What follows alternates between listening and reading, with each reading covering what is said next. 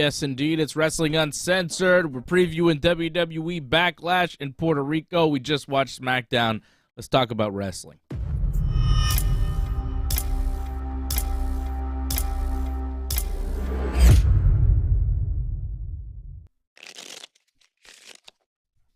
Pro wrestling, professional wrestling, sports entertainment with sports entertainer extraordinaire Johnny North.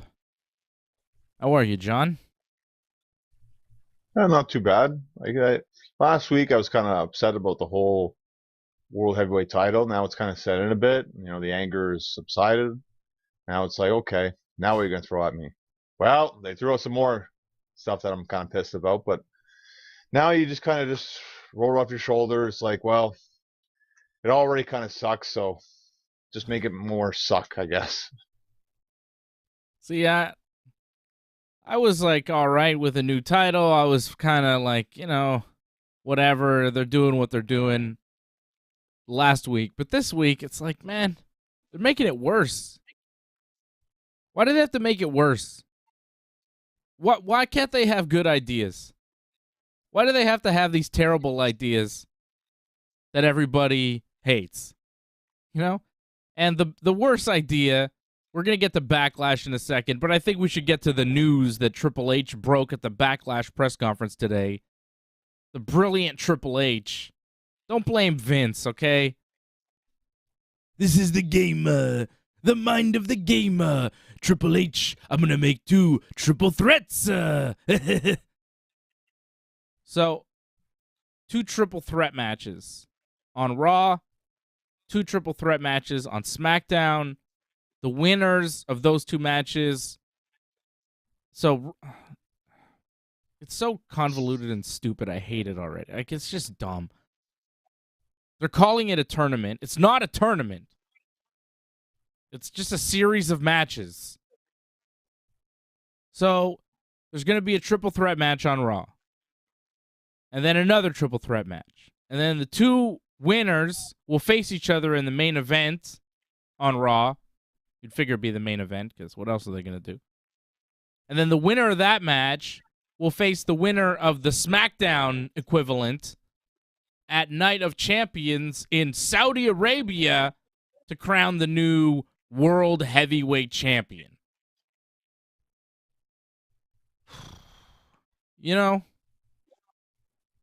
It's just, it doesn't help anybody. And you start off with this championship that you say is the Raw Championship. This is the Raw belt. Roman's on SmackDown. Raw. The draft is over. The World Heavyweight Championship exclusive to Raw. We just did this draft. We finished it on Monday. And then on Friday, you tell me this exclusive to Raw Championship, half the bracket is SmackDown. And if a SmackDown guy wins, well, then he'll go to Raw. What? Like, what? We have no faith in WWE because they pull shit like this constantly. We have no faith in the WWE and their creative process because they're constantly just kind of going back on the thing that they set in motion days prior. I'm not talking about weeks. I'm not talking about months. I am talking about days. You set up this draft days ago, and now you're telling me that this exclusive to Raw Championship, well, half the guys is SmackDown. So, why? And Johnny, of course, will tell you why. It's because the main event roster is so thin, they need some SmackDown guys to even it out. Well, you talked about it last week, too, like, who could wrestle for, that World Heavyweight Championship, and there's only a number of guys you thought about besides, Seth and Cody, right? It's not a really large pool of people, so, I mean, I get it why they would do it, but you don't need to make it this complicated. just have Cody versus Seth. I mean, they're more than likely winning at Backlash on Sunday, right? I mean, tomorrow. So just, since they win their matches, they'll wrestle for the World Heavyweight Championship. It's not that hard to book. I mean, if I'm not mistaken, it's what, May 27th or 26th or something like that is the Night of Champions. Like, it's not far yeah. away. Yeah. 27th. So 3 weeks. So, like, you don't really need to have this complicated series of matches, like you said. Like, just because Cody wins and because Seth wins, that's going to be the match. Let them have a little bit of a build towards that champions match, and that's it. But no, for whatever reason, we got to involve, like, everyone that we could possibly get to be a world title contender and just, like, screw the draft that we just finally made. It's all made, but no, we're still going to do Raw versus SmackDown right away. This is the problem of having that draft when they used to do the draft, and then it's like, oh, Raw versus SmackDown. Like, it completely, like, destroys the idea of the draft when you do stuff like that, and you're doing it again, like, right away. It's too bad, but again, like, when they introduced the World Heavyweight title, for me, it was like, well, that's the dumbest thing, and then everything else is just you're adding on to something that's already dumb, so. I've already decided that that's the way it's going to be. Just have to accept it. Man. But it sucks, though, right? It really sucks. It sucks. And yeah, it's not great. And like, so say half the bracket is on SmackDown, right? And it's going to be next week. Roman Reigns is going to be on SmackDown next week. Is he going to participate in this? No, he's not going to wrestle on SmackDown. He never wrestles on SmackDown. What are you talking about? Okay. Well, it's a new championship. Don't you think Roman might want to have it? He's got all the other belts. Well, Heyman did mention that, but I think he just said that as like a thing, like, oh, one day kind of thing. I don't think he meant it as like he's going for it right away. Watch them put him in it and make him the finalist for SmackDown. I'd be surprised, but I mean, stranger things have happened. But I'm seeing guys like, AJ Styles, although Karrion Kross lost, like, there was rumors he was going to be the next guy to face Roman Reigns, so could see guys like him in it. Even LA Knight, like, if you think about SmackDown in terms of like top tier guys that they have to face, like, unless Edge is coming back, they don't exactly have a lot of people on SmackDown too. They have nobody. Neither show really has anybody. Really? I mean, if you're looking at the star power in WWE right now, it's very slim pickings. You have Roman, you have Seth, you have Cody, and that's pretty much any established star that can draw at this point in 2023. Like, AJ Styles is great and all, Shinsuke Nakamura, they're great wrestlers, but at this stage of the game,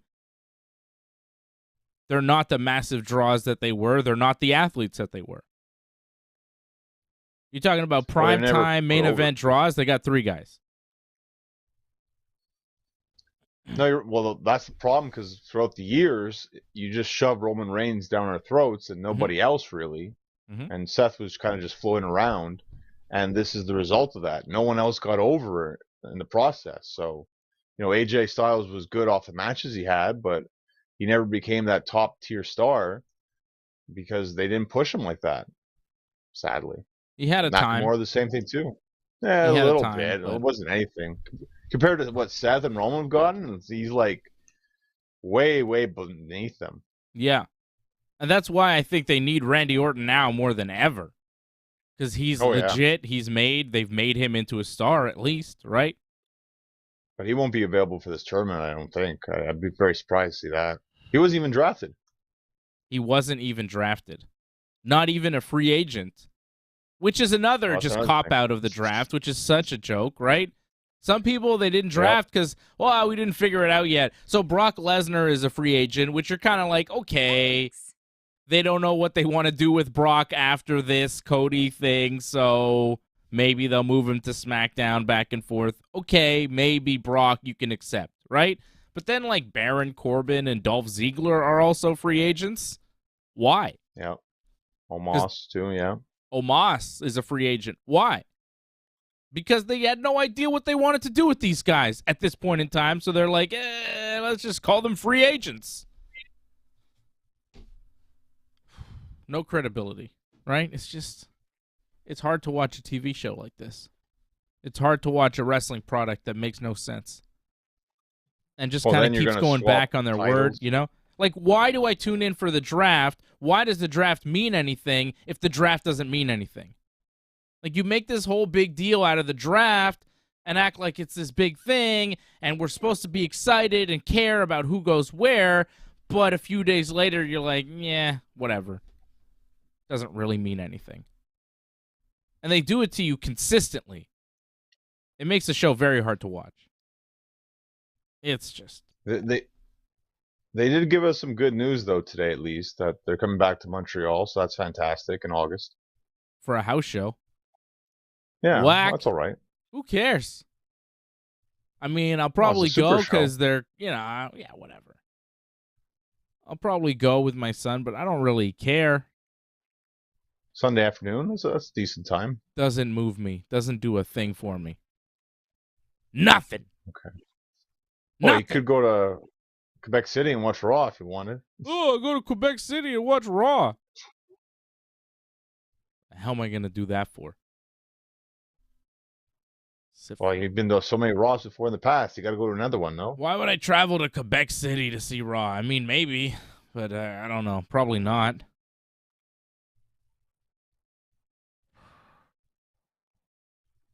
Derek John says, I think the other free agents are just people who are going to wrestle on main event. Like, not Brock, but the rest of them. You might be right. But he also says putting Roman in the finals makes sense. It would give the title credibility. I disagree with that because I think if you put Roman in the finals, he has to win. Mm-hmm. Because if you put Roman in the finals for this new tournament, and that's how you beat Roman, by having him lose a title that he doesn't actually have, it's like, yeah, you beat Roman, but you didn't really beat Roman. It's like a cop-out way of beating Roman. It's really just weak booking, weak creative. If they have Roman in the finals and have Roman lose in the finals, like, what? That'd be dumb as hell. I mean, they built up Roman for so long, though, years now, where he hasn't really lost. So it's like, at this point, he can't, like, be defeated, really, for a championship. But even if it's title he doesn't even have, like, he can't be defeated right now, because that's a thing. If Cody beats him at Night of Champions for the belt, the new belt, right? It's second place. It's still second place. Yeah. Exactly. WrestleMania is the spot. The big belt, the WWE Championship, the undisputed whatever, the Roman Reigns belt, that's the thing. That's the number one spot.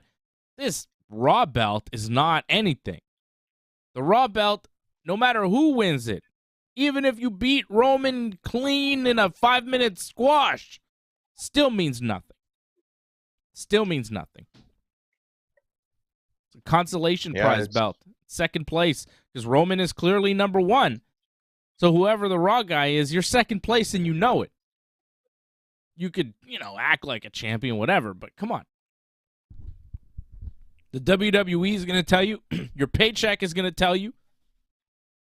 Ask Big Joe Anoa'i what he's making and then go check yourself. Come on now. This other belt is a consolation prize. Means nothing. But you wonder, though, I mean, if Roman's going to wrestle at Night of Champions, more than likely Saudi Arabia, I think rarely ever misses a Saudi Arabia show.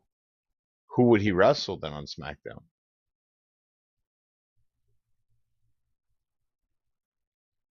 It's tough, huh? Rey Mysterio? I mean, off tonight, he's over as hell. Rey's like a hero tonight, so it would make sense. Yeah. He's not always a hero, though, everywhere. Sadly. Jey Uso, maybe? Because there's something going on there, right? There's something going on there. For that. Is it? May 27, yeah.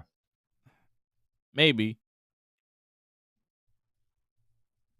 I don't know who Roman would wrestle, quite frankly. I don't know. Maybe Finn? Oh, no, Finn's on Raw. Oh, right. You want to go over the whole draft thing? Go through everyone's picks and all that? I mean, that would be a nice hour right there. We just scroll through all that. I I didn't don't even want to. check like the after Raw draft stuff. Did you? No? I'm sure a lot of people got drafted. I'm not even sure about right now. Yeah, people are all over the place. It doesn't really matter. Sami Zayn and Kevin Owens are officially on Raw, but they're tag team champions. They were on SmackDown tonight, just for a promo. Yeah, yeah, but the thing is like, say if they lose the tag titles, that means they'd be stuck on Raw then. Sure. Yeah. Same thing with the women's tag champs. Mm-hmm. Because Liv and Raquel are technically on Raw, but they're the tag team champions, so they could be on both shows, and they were on SmackDown tonight too. Running with their belts. Yeah. Austin Theory is the U.S. champion. He got drafted to SmackDown officially because last week Gunther, the Intercontinental champion, got drafted to Raw, so it was elementary that it was going to happen. Asuka got drafted to Raw, though. Who? One of his opponents, Bronson Reed, got drafted to Raw. So more than likely at Backlash, he's not going to win the U.S. title now. Yeah. But Bobby Lashley's on SmackDown now, right? So he could win. He could face Roman. That's actually fantastic. Yeah, I wouldn't mind seeing that. That would be pretty good. I could see them putting him against Roman at Night of Champions, just as an opponent. He's dangerous enough. He's been put over strong enough in some matches. He'd be a legit threat, I guess, to Roman, but I mean, not really, right? I mean, yeah, he's not going to win, but he's someone you could just throw in there like within a couple of weeks and be like, oh, this is a challenge for Roman. He's believable on a poster. Yeah, he'll look good on a poster, yeah. Mm-hmm. And that's been his career. So that's been good. Asuka got drafted to SmackDown, so she'll do more stuff with Bianca, I guess. I didn't love that. We haven't seen her since WrestleMania, no? Like, I guess, yeah. Gotta wonder with a lot of people what's going on. Edge hasn't been seen since. Drew McIntyre hasn't been seen since. So Roman's barely been seen since. Yeah, but they talk about Roman all the time. Though. That's a little bit different, though. Like everything revolves around him, so it's not so bad when you're not there and they still talk about you. Kofi and Woods got drafted to Raw. Ronda Rousey and Shayna Baszler got drafted to Raw. That's what Eric Bischoff said. Yeah. Shayna Baszler. I was like, Shayna Baszler. I like it. Were you not a little bit surprised that Ronda got drafted so low in the picks? It took forever for somebody to be like, oh, Ronda Rousey, right? It took forever. I thought Ronda was drafted low. I thought Trish Stratus was drafted low. Like in terms of like the women's division, like Trish should have been a lot higher than that. But I didn't realize she was draftable. I didn't realize she was part of the roster because she's in this semi-feud with Becky Lynch, but Becky's hurt and gone, and Trish is not really on Raw. When she got drafted, I was like, why? Well, I guess she's going to be on Raw now, so that's it. Why didn't Lita get drafted? No, I guess Lita's a free agent. See, instead of we could say wild card all the time, show, man. Just say free agent. Did you watch Succession? Can we just talk about that instead? Did you watch a Yankee game tonight? It was terrible. I mean, it was all right. No, well, it was a good game. They were down 4-0, and they came back, and they just lost it in the last inning. No. Yeah, they lost 5-4 to the Rays.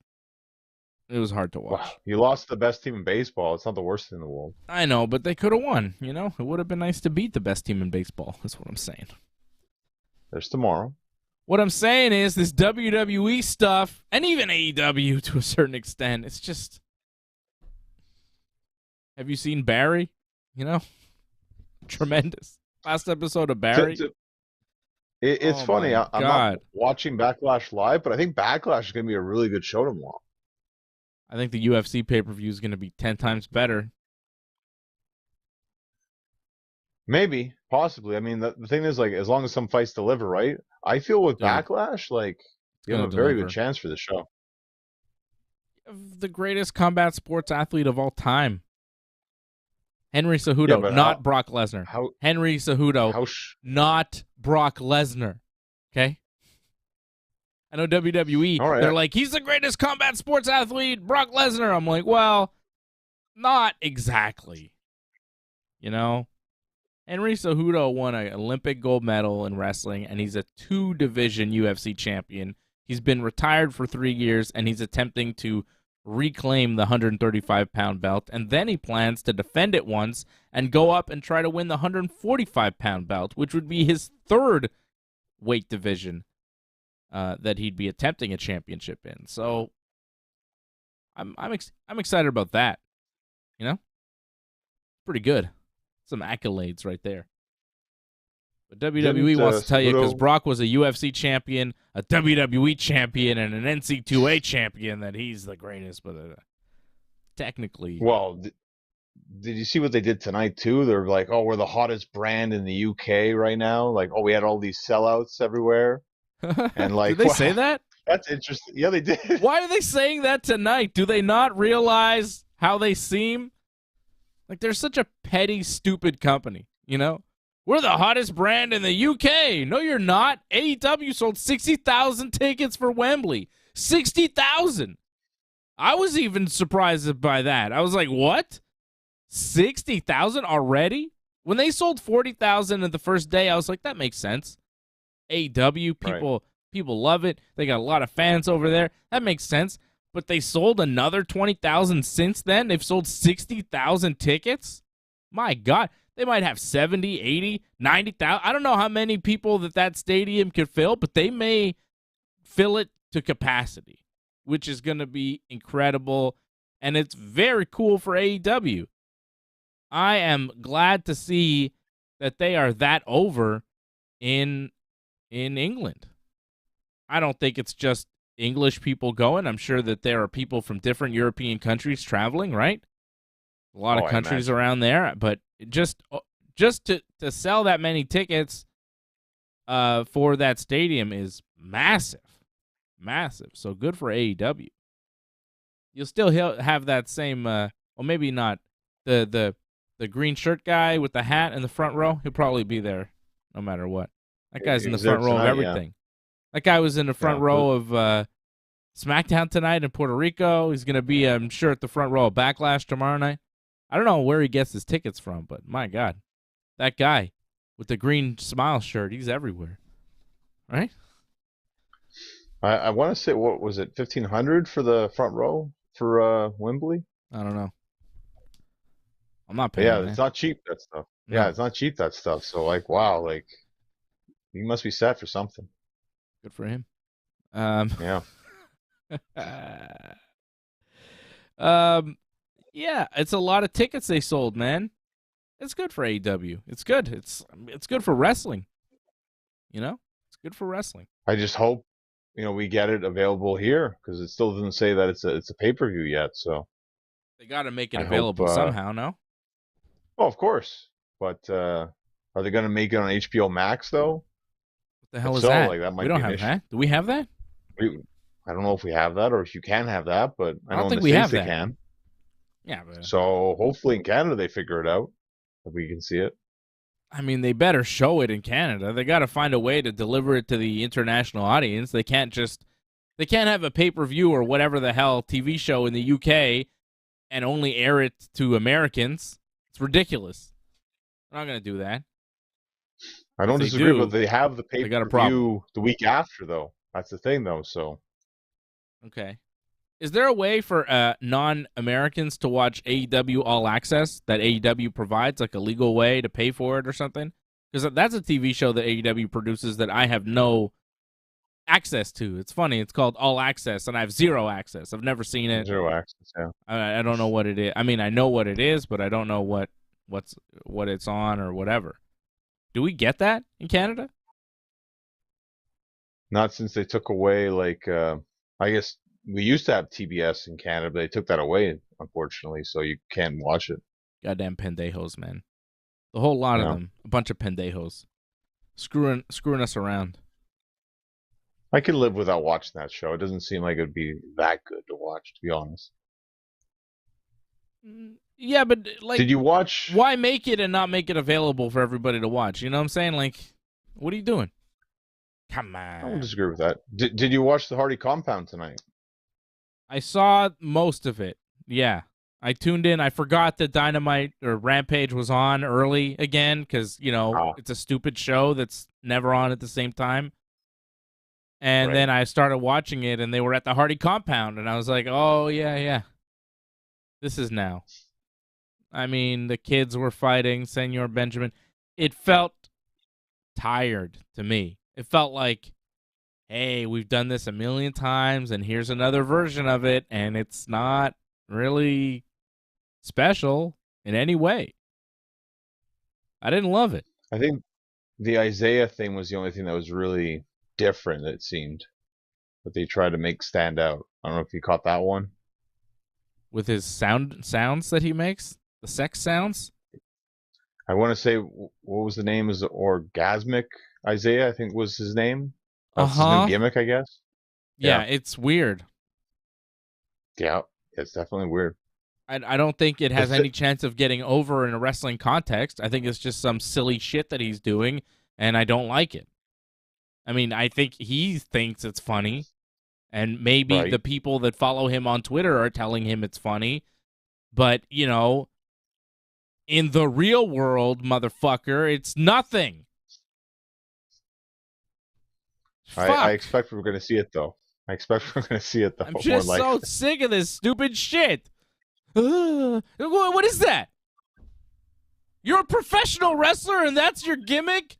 You make lady sex sounds in people's ears? What the fuck is that? It's horrible. What the fuck is that guy? I mean, who is telling him, yeah, keep doing that? I imagine it started off like just as a rib, and people thought it was a good idea and just kind of caught on like that, I think. Maybe one time when he did it to Kenny Omega, it was kind of like, what the hell was that? But now it's his gimmick? Right. What is that? And there's nothing behind it either. It's not like he's this weird Prince type figure who's making weird sounds. Weird shit like that. He's trying to be now. But he's not, though. He's not. He's got no gimmick behind it. He's just like, hey, Isaiah Cassidy. Oh, Matt Hardy. Do. What is that? It's shit is what it is. It's garbage. It's low-rent nonsense that people think is funny. Honestly, I don't have time for any of this bullshit. It's all bullshit to me. I'm so tired of what passes for professional wrestling these days. It's crazy. Like, I think I'm becoming what I used to resent. The old man who is sick of this dumb bullshit. You're not that old yet. No, but I feel old as fuck because, I don't know what this is. I don't know what this is supposed to be, but it's not professional wrestling. Amateurs. Fickle fans and amateur wrestlers. Sports entertainers, really. Right. There's no wrestlers left in the goddamn business. It's sports entertainers. It's, thank God for Bryan Danielson, is all I have to say. Thank God that guy exists, continues to wrestle, is healthy enough to wrestle, and is healthy enough to tell it like it is on TV every week. Other than him, I really don't know. I'm lost in the wrestling world. I see shit, I'm like, what the hell is that? People are like, that was amazing, 5 stars. I'm like, what? It's terrible. But Bryan Danielson, I'm like, yep, all is right in the world when he's doing his thing. Makes sense to me. What he does makes sense. Fuck. So, I guess draft. We'll start with Dynamite. Oh, you want to go with the draft? Okay. I think I want to go with Dynamite, but okay. No. I mean, I don't know. We should do Backlash, and we'll get to AEW. And Ryan Katz says, Daniel Bryan always said fans are fickle. Exactly. Fickle. And they are. It's just, there's no consistency. They really don't know what they're watching to begin with. Most wrestling fans don't know what they're watching. They think they know, but they really have no clue what the hell they're watching. Ugh. Aggravating. You know? I can't talk to anybody about wrestling, John. I meet a wrestling fan. They're like, hey, you like wrestling? Yeah, I like wrestling. I'll be like, oh, who do you like? They'll be like, Seth Rollins. I'm like, oh, yeah. What do you like about him? He cuts great promos. I'll be like, oh, okay. Nice talking to you, buddy. I don't know. People, man. People love Seth Rollins' promo. Do you not see the marks in the audience? If you're one of those fucking people singing the song, I don't know what is wrong with you. I don't know what's happening with you. I don't know why you need to join in on the crowd. I don't know why your life is so sad and desperate that you need to join in on this stupid Seth Rollins singing. But goddamn, man. I mean, just that guy alone. The fact that that guy is over, you know? He's a babyface. How did that happen? Right. It's awful. Right. But people like him, man. People really like Seth Rollins. He has a lot of fans. And he's a guy where I go, what? You know? Like, he's fine in the ring. I saw him compare himself. The quote was something like... Yeah, I saw that. Did you see that? I saw that quote. Oh, yeah. I didn't like that too much. Because he said, like, Roman's like the Hogan or Cena... And he compares himself to be more like the Eddie Guerrero, the Shawn Michaels, or the Bret Hart. And I was like, what? Roman Reigns has got all the tools to be a Hulk Hogan, a John Cena. You know, the guys that made money. But he ain't no Shawn Michaels. He ain't no Eddie Guerrero. He ain't no Bret Hart. That's me. No, it's not. That's who you wish you were. Seth Rollins, and this is the problem here. Because a lot of people did not see Shawn and Bret and Eddie work in real time when they wrestled. Like, there's a lot of people that don't know and think, well, yeah, Seth, he's that type of wrestler. No, he's not. He's not in their league. He's not in their class. Never was, never could be. Bret Hart, didn't Bret call him an unsafe worker a few times? Well, yeah, when he destroyed Cena's nose. Remember that? Yeah, he busted Cena's nose, broke Sting's neck, busted Finn's shoulder. I mean, just there. You think Bret would ever do that? You think Bret ever did that to anybody? Well, that was Bret's thing, is that he didn't hurt people. Mm-hmm. So, you know why? You know why? Because he was the best there is, best there was, best there ever will be. Well, the excellence of execution. Yeah, that's the whole thing. That he can make it look like it's the most painful thing in the world, but... And Shawn was so good. Shawn was so good that there's actually a debate over who was better, Shawn or Bret. Like, you could hate Shawn as much as you want, and obviously Bret was better, but the fact that there's a debate is an indication of how good Shawn was. The fact that people even think Shawn was close, right? Can't deny Shawn's ability in the ring, what it was. Like, Shawn it was Michaels quite good. Compared to Seth Rollins? What? Like, don't compare yourself to Shawn Michaels, Seth. You're not in his league. And Eddie Guerrero, like, dude, could work circles around you. Ridiculous. Ridiculous. And the emotion that Eddie could make you feel, has Seth ever made you feel anything in a ring through his sheer wrestling performance? Has he ever made you really feel something like Bret did, like Shawn did, like Eddie did?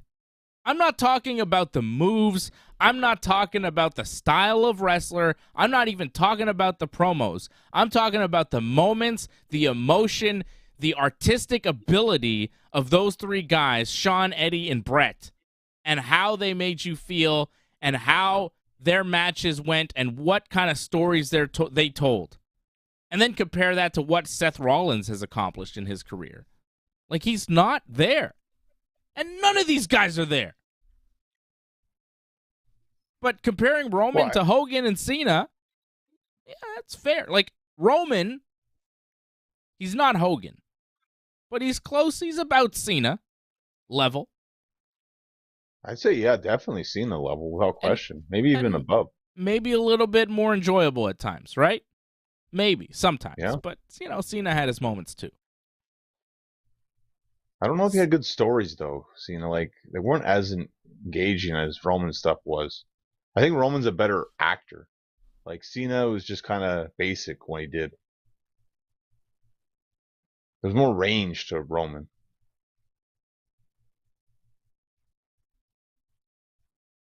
I think you're right as far as Cena kind of played that one John Cena never give up character the whole career, right? Roman's kind of flipped it Yep. around. Yep. But Roman as a babyface is really not great. No, he had that bad moment, but Mm-hmm.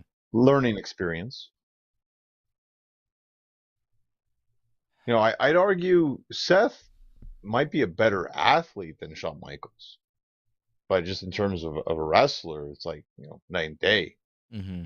But everyone's going to see it differently, just because that's the now. Seth is the now, and Shawn was the then. So, well, obviously, people are saying like, well, he's better because he's what we're seeing now, right?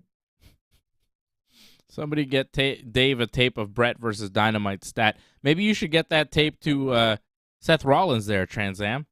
Send that tape to Seth Rollins and then ask him, can you do that? Can you do that? Safely. Can you do that? I don't think you can. Seth is not a bad wrestler. He's just not Bret or Shawn or Eddie Guerrero. Like those guys were. Seth can compare himself to Edge if he wants to. I think Seth and Edge is a fair comparison. He's kind of like the Edge to Roman Cena. Yeah, that's fair. Yeah. I think you could compare Seth to Edge in many ways. I think they're similar. I think Edge is better, obviously, but, I think that there's a comparison there to be made. I think Seth is probably a better athlete, again. Very athletic guy. Yeah. Very athletic, yeah. Can't deny that. And Edge did have a long time in WWE, which, again, people will forget because people don't know. But there was a long stretch where Edge, you think you know me, Edge? I mean, meh. Like It was Edge with only until Hogan. Like, before he was the Rated R superstar, Edge in WWE, especially like singles Edge, like post Edge and Christian, you know what I mean? Edge and Christian was fantastic. Yeah, Edge and Christian was great, like the kind of heelish, comedy duo that that was all good. But he had that time when he was like, they broke up and he was single Edge, babyface Edge. Yeah. Yeah, that kind of sucked. Yeah. It really sucked. And no one will tell you that sucked, but it sucked. And also, Edge in the past, year or so has not been. I love Edge. I'm not saying anything. I'm just saying they don't tell you the whole story, right? And I think Seth, maybe he's had some good moments and some bad moments, but he's more comparable to Edge than he is to Shawn or Bret. Maybe Shawn or Bret in his mind, but Well, and it happened this week with Bryan as well, Danielson. People will always like mention Shawn or Bret because that's like Mount Rushmore for a lot of people. So yes, it makes sense that current stars would think, yeah, I've got to talk about them or say something about them. But you know what I'm going to say? Bryan is right. Bryan's actually correct. Okay? We'll talk about with the AEW stuff. No, let's talk about it right now because it's goddamn true, John. Okay. I mean, we're talking about Bret. We're talking about Shawn. We're talking about the greatest wrestlers of all time, right? I talk about Bryan Danielson in that league all the time. I say Bryan Danielson may be as good as Bret, if not better. I have said that many times on this show. This is Wrestling Uncensored, episode 633. I cannot tell you how many times that I've told you on the past 633 episodes that Bryan Danielson is pretty damn close to Bret Hart. if not as good, if not better. And he's the only guy I've ever said that about. I'm not saying that about anybody else that I've ever seen. Well, it's all right for him to believe that he thinks he's better than him. I mean, I don't believe he is actually, I believe but it. it's nice that you believe it. I don't believe that whatsoever, but it's nice to believe that. Like, I don't know about you, but did he ever really get to like Bret level in WWE? I don't feel like he did. Like Injuries. maybe injuries hurt that, obviously, yeah, for sure. But I also feel like they didn't want to push him. Like Bret, like They didn't want to push they gave Bret him either. time. Well, they still gave him something. Like, should have been longer, of course, but they still gave him something. All that Luger stuff and Hogan and 9. I mean, Shawn. They screwed Bret around a lot. There was a lot of problems, yeah. A lot of things that held him down, but he fought through that, though. Bryan fought through it, too. Mm-hmm. But, again, in terms of, like, who was a bigger star, and, like, when you look back in the history, I think a lot of people look at Bret as one of the biggest of all time, and Bryan, he had maybe 1 year where he was the guy. Bret had a couple of years as the guy. Yeah. I'm not talking about that necessarily, though. They both got to the top of the mountain. They both main evented WrestleMania with the champion, won the championship in the main event of WrestleMania, right? Both of them. Bret did it at 10. Bryan did it at 30. They both did it. Bret had 2 WrestleMania main events. Mm-hmm. Bryan had 1. Well, technically 2, because night 2 of a WrestleMania. So he had 2. The Roman match with Edge. The Roman thing, yeah. Yeah. So he had 2, yeah. But then Bret arguably had the greatest match in WWE history with Steve Austin at WrestleMania. Mm-hmm. There's a lot there. It's not as easy as you might think. Like, no, definitely Bryan or definitely Bret. It's tough, but I go with Bret. Like, to me, in terms of, like, who was more enjoyable to watch. But is there anybody else that is wrestling today that you would put in the conversation with Bret Hart, other than Bryan Danielson? Yeah, that's tough. I don't really know about that, sadly. Like, I think at one point it was Jericho, but not Jericho anymore. Not Jericho now. Jericho's kind of different now. But at one point Jericho was up there. Yeah. I think Christian had his moments too. Yeah, he had his moments too. Mm-hmm. But I think overall, body of work, top to bottom, entire career, every single match. And that's what Bret had and what Bryan has. Every single match means something, is something, has something. You watch a Bret match, you're going to get something. It's going to be good. There's going to be a story told. There's going to be something there. And usually, whatever match Bret had was the best match on the card. And it's the same thing with Bryan. Usually. Right? When Bryan wrestles, and you want to talk about Bret Hart, greatest match of all time with Stone Cold Steve Austin, WrestleMania 13. Okay. Bryan Danielson, MJF, Iron Man match. Of all time, that's tough to say. I mean, it might be the best AEW match ever. Might be the best match we've seen so far this year. Mm-hmm. I think it is. I think on both counts, it's the best AEW match ever and the best match we've seen this year. Okay. But best match ever. Tough to say. I don't know. Yeah. It's too early to say that now. Of course. But, 20, 30 years from now, we'll see. We'll see where history is and everything. But I think Bryan saying that he's better than Bret. He didn't say Bret exactly, right? What did he say? He said there's a guy that used to say he's the best there is, best there was, best there ever will be.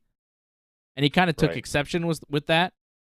He said it was egotistical of Bret to think that he is that guy because Bryan says he's better than Bret, and he hopes that there will be wrestlers after him better than him in the future because he's trying to elevate the business.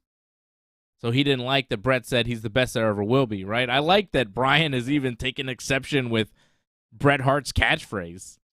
Like, that's unusual, you know? That's a different take. He's not only saying he's better than Bret, he's going at Bret for saying he's going to be the best ever. He's going at Bret for the ego and stuff. Like, that's not something you see often, and as a heel, works. And also as a guy who has a legit claim as being as good, if not better than Bret, it's like, hey, man, I'm here. I loved it. I was like, yeah, Bryan, tell him. Tell the world who you are. I've been trying to tell people. This is who he is. He's the best. He's the best wrestler going today. He's the best wrestler of his generation, and he may be the best wrestler of all time.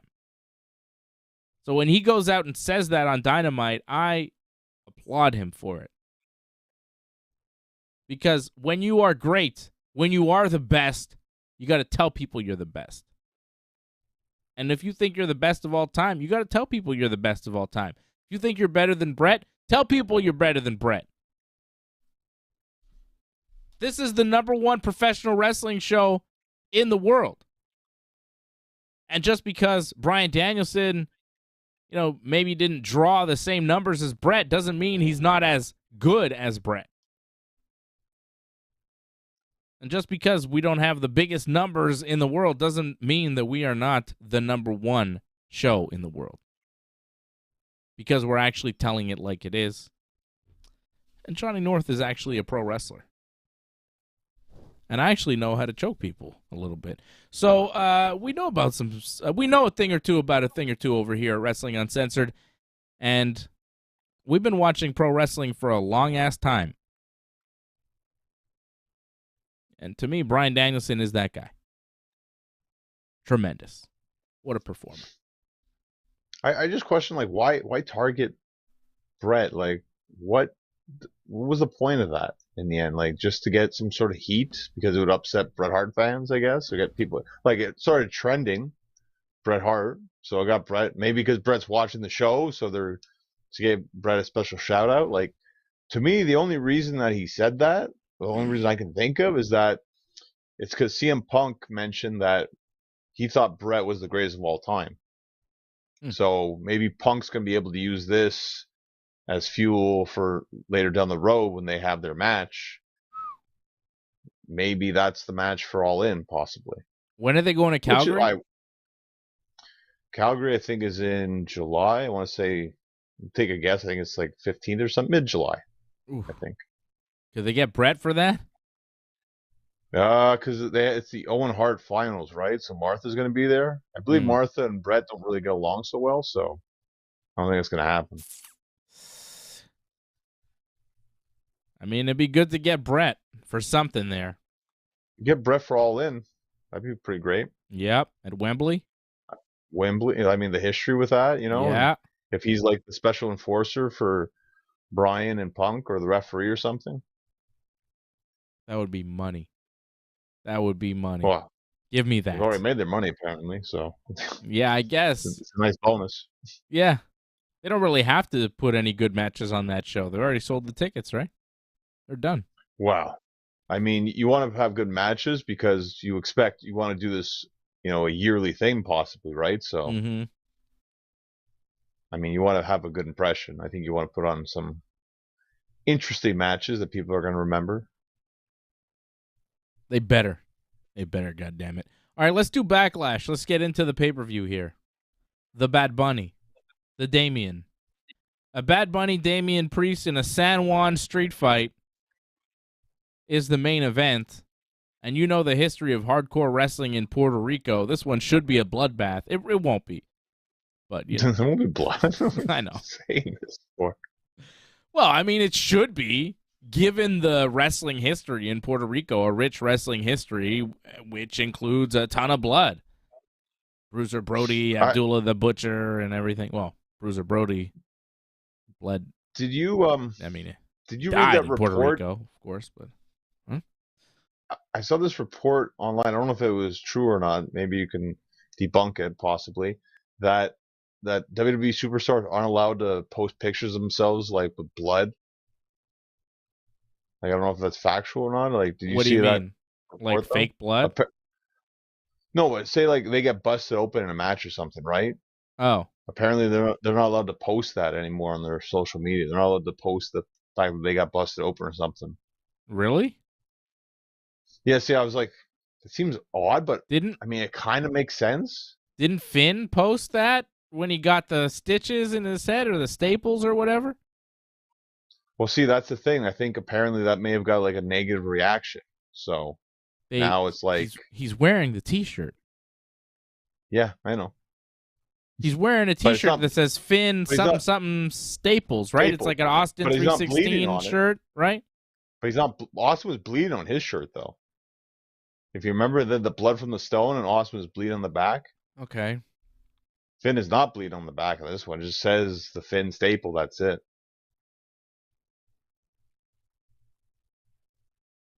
I don't know. I don't know if that's true or not. I don't know. A little blood every now and then. I mean, it happens, you know. I mean, you can't, you know, you try to prevent it, but it's going to happen. Like you saw at WrestleMania, it happened on NXT this week. Someone was just like Crimson Oh, yeah? Mask. I didn't see how it happened, but yeah, Really? yeah. Like it happened on women's match too, Oh. and that was apparently where the complaint came from. It was like they're not allowed posting stuff like that. She couldn't post anything like that Okay. apparently. I don't know. I didn't hear anything about that. Backlash is tomorrow night. Bad Bunny and Damian Priest is the main event. Bianca Belair defending the Raw Women's title against Io Sky. Austin Theory defending the U.S. title against Bobby Lashley and Bronson Reed. Seth Rollins wrestles Omos for no apparent reason. Rhea Ripley defends the SmackDown title against Zelina Vega. Cody Rhodes wrestles Brock Lesnar. And Matt Riddle, Kevin Owens, and Sami Zayn team up to take on Solo Sikoa, Jay, and Jimmy Uso. Let's start there with the Bloodline match because they cover a lot of TV, right? They're always on TV doing things. Paul Heyman Usually start the show or end the show. Yeah, Heyman did a promo on Raw basically to start Raw. And he talked about Roman Reigns and how he's the tribal chief and da-da-da. And Just took half an hour. What? This whole thing, like the whole thing, Triple H coming out, Paul Heyman coming out, Seth Franklin coming out, and Solo coming out. It's like half an hour of the show right there. Yeah.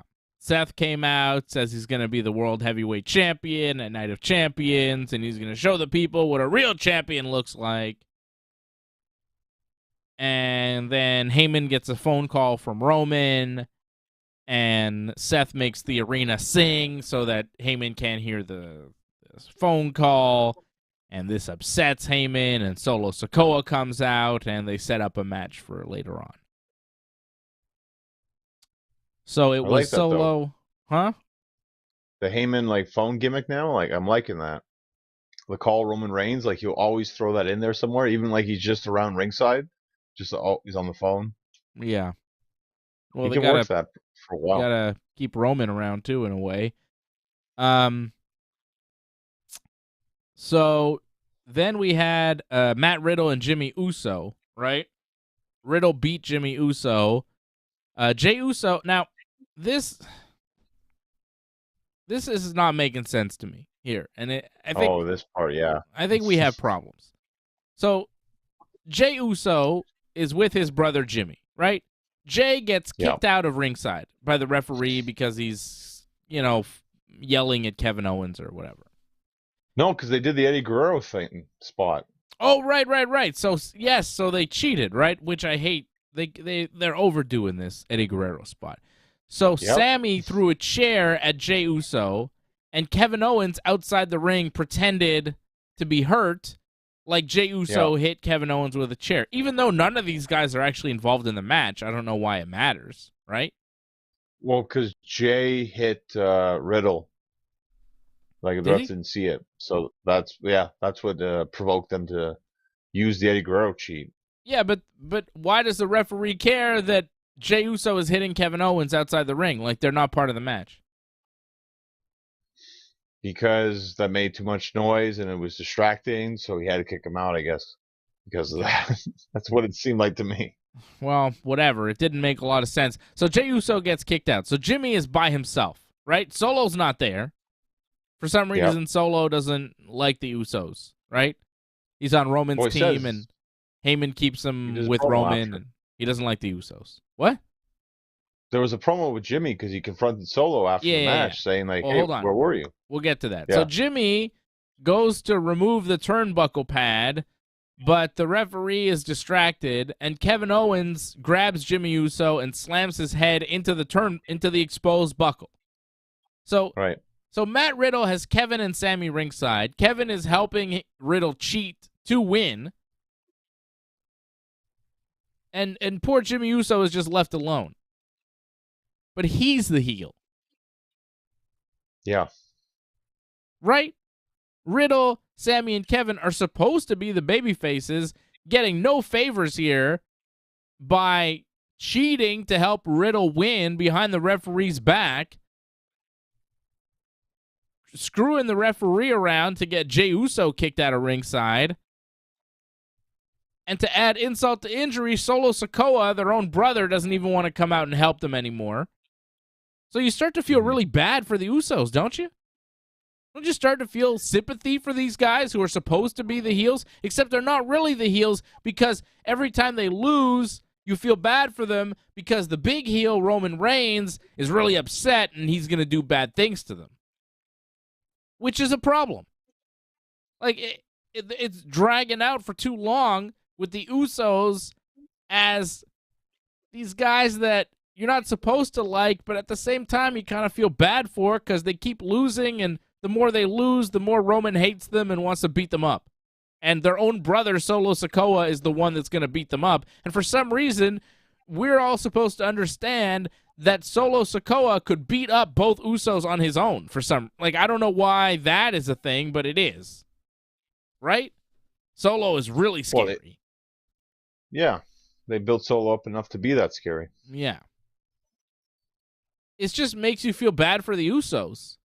They're getting sympathy. The crowd has a hard time figuring out who to cheer for. It doesn't help the actual baby faces. And then we have the match. It's Solo, the Usos against Riddle, Sammy, and Kevin. And it's like, well, I don't know. You figure the Usos will take the fall, and then the Tribal Chief will be even more upset. Jay asked Heyman why Solo wasn't out with them for the match. And Heyman's like, well, Solo has to focus on his own match with Seth. And Heyman doesn't want to seem Heyman doesn't seem to want Solo to be in a room by himself with Jay to answer any questions. And then the main event. Say it again. Sorry. I love how Heyman, like, at first he explained it to Jimmy, and he just like staring at Solo, and Heyman just like creeped back of Solo, and then he creeped back in where he's like, oh, can I help you again with something? I loved how Heyman is just still this slimy little character. Like, he just throws in these little things to keep him so slimy. Mm-hmm. One of the best characters right now in WWE. Still. Like, he keeps it entertaining. Yeah, he's all right. I mean, it's the little things he does. Like, it really helps a lot, I find. Yeah. It's just this whole thing doesn't do much for me. Seth beats Solo by disqualification when the Usos attacked Seth. Kevin, Sammy, and Riddle showed up and took out the Usos and Solo in a 4-on-3 attack. So again, the heels are outnumbered and beat down. The baby faces outnumbering the heels and bullying them to beat them up. Well, Raw went off the air when they just ran in for me. I don't know how it was for you, but like that's how Raw ended for me. Like they just No, I saw them like attacking a little bit. Well, I barely got any of that. It was just they ran in, they got a couple punches in, and then Raw went to black. So like I think they were really rushing. If you saw the match, it felt like they were really rushing to get to the end. The finish came out of nowhere.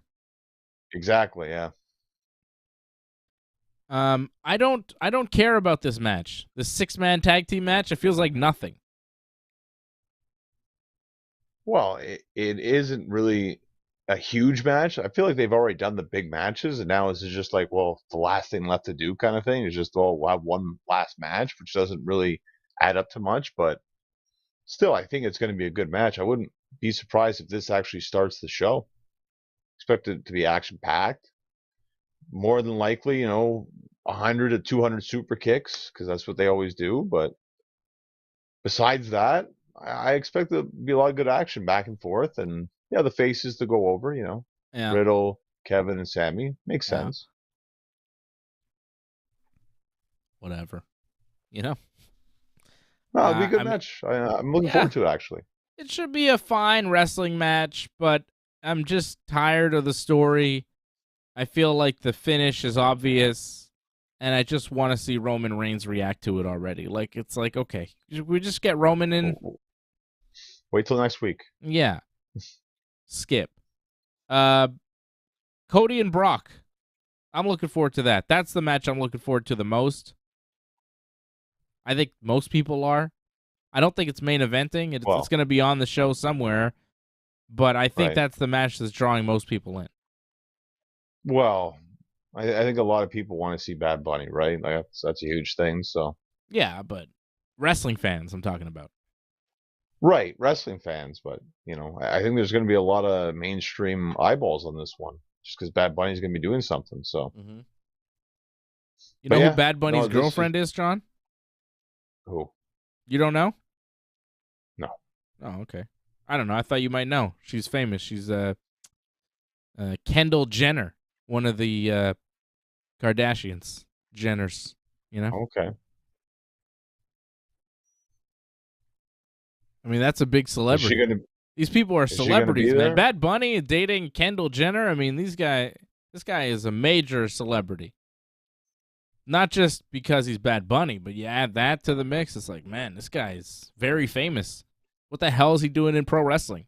It's like he's like an A-list celebrity, and for some reason he's doing wrestling. It's odd. I like it, though. I'm very happy that he's in wrestling. He seems really into it, too. On SmackDown, he was loving it. You could tell he's excited. It's cool. I appreciate the energy, the enthusiasm, and the effort he put in at WrestleMania, that tag match, but it still should be a tag match. Like, you heard the reaction Rey Mysterio got on SmackDown. Like, it's ridiculous Rey Mysterio's not wrestling tomorrow. Like, to me, he's more the hometown hero than Zelina is. People loved Rey Mysterio. They were going crazy for him when he made the hot tag. Mm-hmm. Like, and that was ridiculous how in the main event, they just gave him the roll-up win.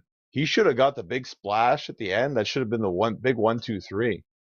Like, I have no idea why they don't like Rey more than they do. Like, they have something huge with Rey they could do tomorrow, and they just pass on it. It's ridiculous. Isn't that a way he beat Dominic at WrestleMania, too? Well, he beat Dominic because of Bad Bunny. Oh, right. And then he beat him with the splash afterwards because Bad Bunny hit him, I think, if I'm not mistaken. Okay, yeah. Yeah, I mean, Rey's going to be with Zelina for the match. Rey was over. That's nothing. Yeah. But Cody and Brock, I mean, we've seen a lot of promos. Cody did another promo tonight on SmackDown for it. It was a good promo. I like the Arn Anderson reference. So just add more. It was fun.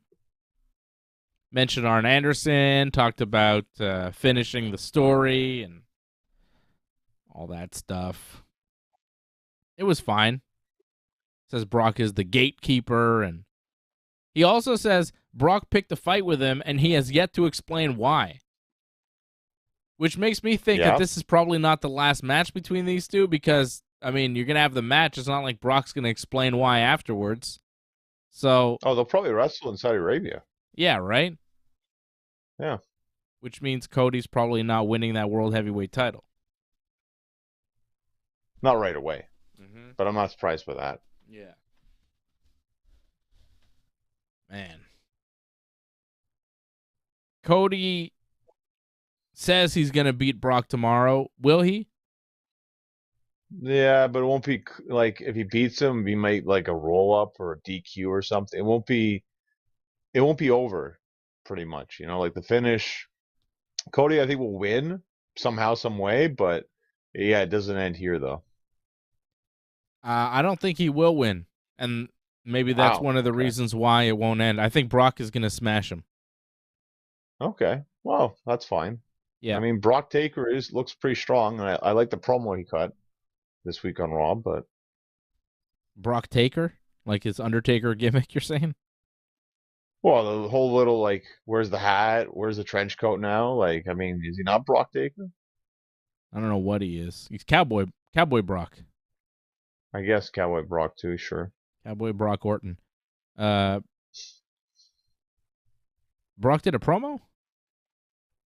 Well, he came out. He said like he's the only real cowboy in Texas, Right. and then yeah, Pierce like cut him off and said like security's here to take you out, and then he's like you're gonna have to get more security, and he's like okay, brought more security, Yeah. and then Cody, being the face, attacked Brock from behind Mm-hmm. and busted his nose too. I don't know if you caught that. Yeah. Yeah, and then the security got the revenge on Cody by actually taking Cody down this time. Yeah. I start to tune out when they do that stuff. The pull apart brawls, like I'm so done with them. There's no sense of danger, you know? Well, the problem is they like it's nice to bring in guys that give them a spot on television, local guys, but they are not fit for that role. Like they all look pathetic looking or out of place or don't know what the hell they're doing or sell like garbage. And it makes everything look bad. Like they just got to stop doing that because it just comes off as really bad. Yeah, you could say the same for a lot of the things they do on the show, though, right? Um, Well, this one so stands out though, sadly. so you think Brock will win or Cody will win, and I'm going with Brock. I like it. Yeah, we got one that's different. I'm surprised. There you go. All right. What else do we have? Rhea Ripley against Zelina Vega. I think we're both going to pick Rhea Ripley to win that one. I mean, I think it's nice for Zelina to get the match, and Right. people seem to be happy for her, and the crowd seems to like her. The crowd was super hot tonight for SmackDown. The crowd's going to be super hot tomorrow for the pay-per-view. It's cool.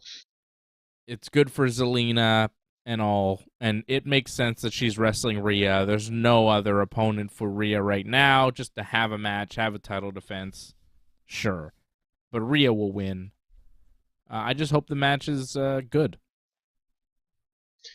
Well, if you noticed, like on the match tonight that we saw, where it was Ray and Zelina against Rhea and Dom, like Rhea gave Zelina a lot of over Mm-hmm.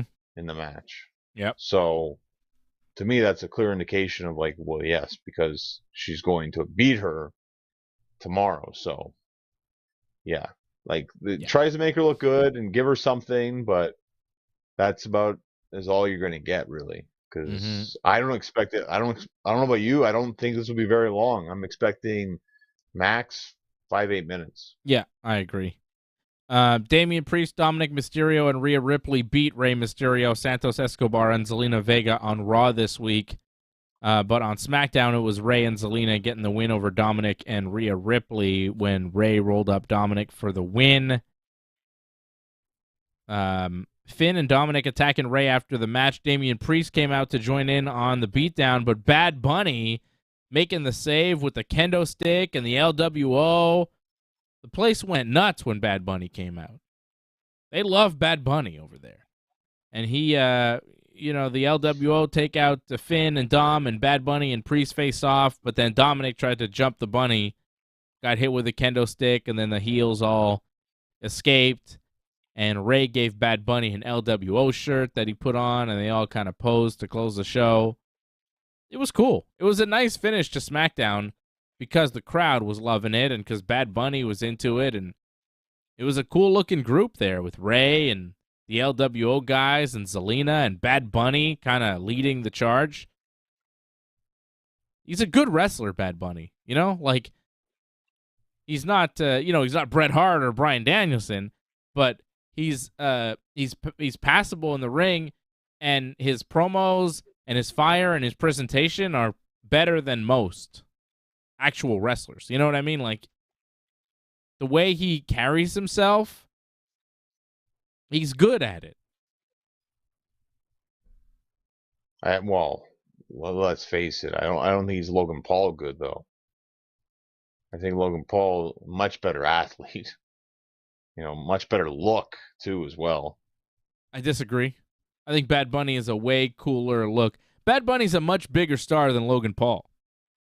I meant in terms of physique. Sorry, I didn't mean in terms of like how he actually dresses. Bad Bunny looks cool, fashion wise. Okay, like Bad Bunny is cool. You know what I mean? Like Bad Bunny is fresh, man. Like this guy, he's got a sneaker deal with Adidas.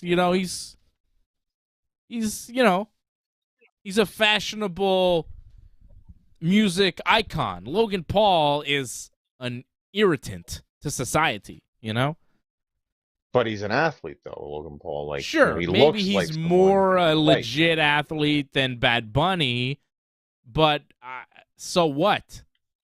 It's sports entertainment, and as far as entertainment goes, Bad Bunny is far more entertaining than Logan Paul. And he is a tremendous babyface. Tremendous. He's Beloved. a big babyface. Won't deny that. Oh, my God. This guy, I'm telling you, he could work both. He could be a heel, too. He is fantastic. He's better than most of the roster. I don't know about giving him a one-on-one match, though. Like, I think it probably will help that you have all the weapons, all the salad dressing, and I'm sure a lineup of interference is going to happen. Yeah. Because, I don't know about you, this is going to be the main event, more than likely. Yeah. It just makes the most sense. So, I mean, they're going to throw everything into this match. It's the Triple H booking of just like, you'll have the match, then you have the weapons, and then you have, the clown car of interferences, and the show on a happy note. Yeah. I think it'll be fun. I think it'll be better than you expect. I think Bad Bunny's going to win, too. Oh, of course. Of course. Yeah. I had no doubt about that whatsoever. Just like, it didn't need to be one-on-one. Like, you didn't have to have Priest take the loss. Dom took the loss. I think that would have been okay. Like, Priest doesn't really have anything. At least Dom has some heat.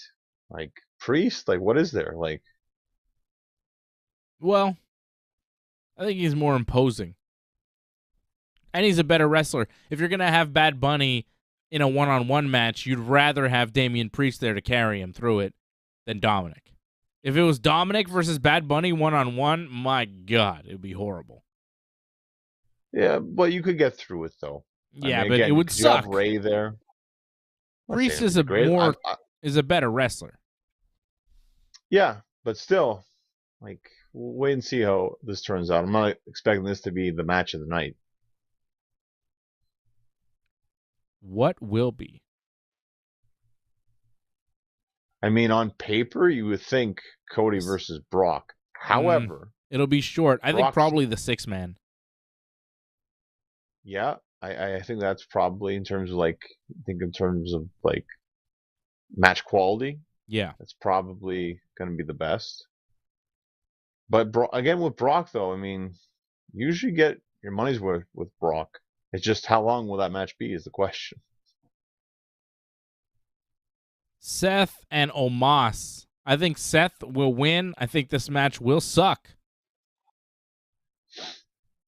Yeah, well, it might be all right, though. I mean, it's a challenge for Seth. Can he give Omos a good match? We'll wait and see. I don't like it at all. Why is this happening? Well, you know why it's happening, because Seth needs to be on the show. It's a big show. Seth needs to have a match. Omos is a huge giant, so they've never done this before, so there you go. Mm-hmm. Omos beating Anthony Alanis on Raw. And that prompted a lot of Alanis Morissette jokes from commentary. Yeah, it sucked. Yeah, it's just weak. Weak comedy, weak attempts, Horrible. Congratulations to Corey Graves and Carmella expecting a child. So there's an upside for commentary. So Carmella's going to be gone for a while. Yeah. Right? Well, they've been trying for a while. Remember, I think she had like 2 miscarriages, if I'm not mistaken. She was like public about that and everything, but now it seems like things are going well, so I wish them the best. Hopefully everything goes well. They have a happy, healthy baby, and they're all good. So Carmella's going to be out for a while, as she is pregnant. And Corey Graves will remain on commentary whether you like it or not. You sound so disappointed. Okay. Well, I mean, he's not my favorite guy on commentary. Well, in WWE, I can't say I have many favorites, if I have any at all, to be honest. No. He's not my favorite, but he's also not my least favorite, and I don't know if I have a favorite on commentary in WWE currently. You are correct about that. The commentary in WWE, yeah. Sometimes it's best watching WWE just muted. Like, it's actually who absolutely better. sucks is Wade Barrett. He's terrible at commentary and everything. He's the worst. That guy sucks, man. Wade Barrett. Wade Barrett could suck it, man. He's my least favorite, that's for sure. Wade Barrett, least favorite on commentary. Awful. Just awful. Well, you guys have a history, so that's we have personal beef. That guy could suck it, Wade Barrett. What a jabroni. I knew he'd never make it as a pro wrestler. Look at him. Fucking commentary. See? Trash. People said, he's going to be world champion. He's going to main event WrestleMania. You fucking idiots.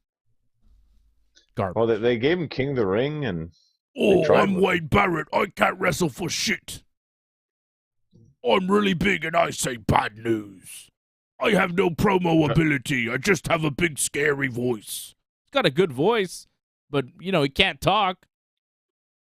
I do commentary. It sounds good, but it's really bullshit talking.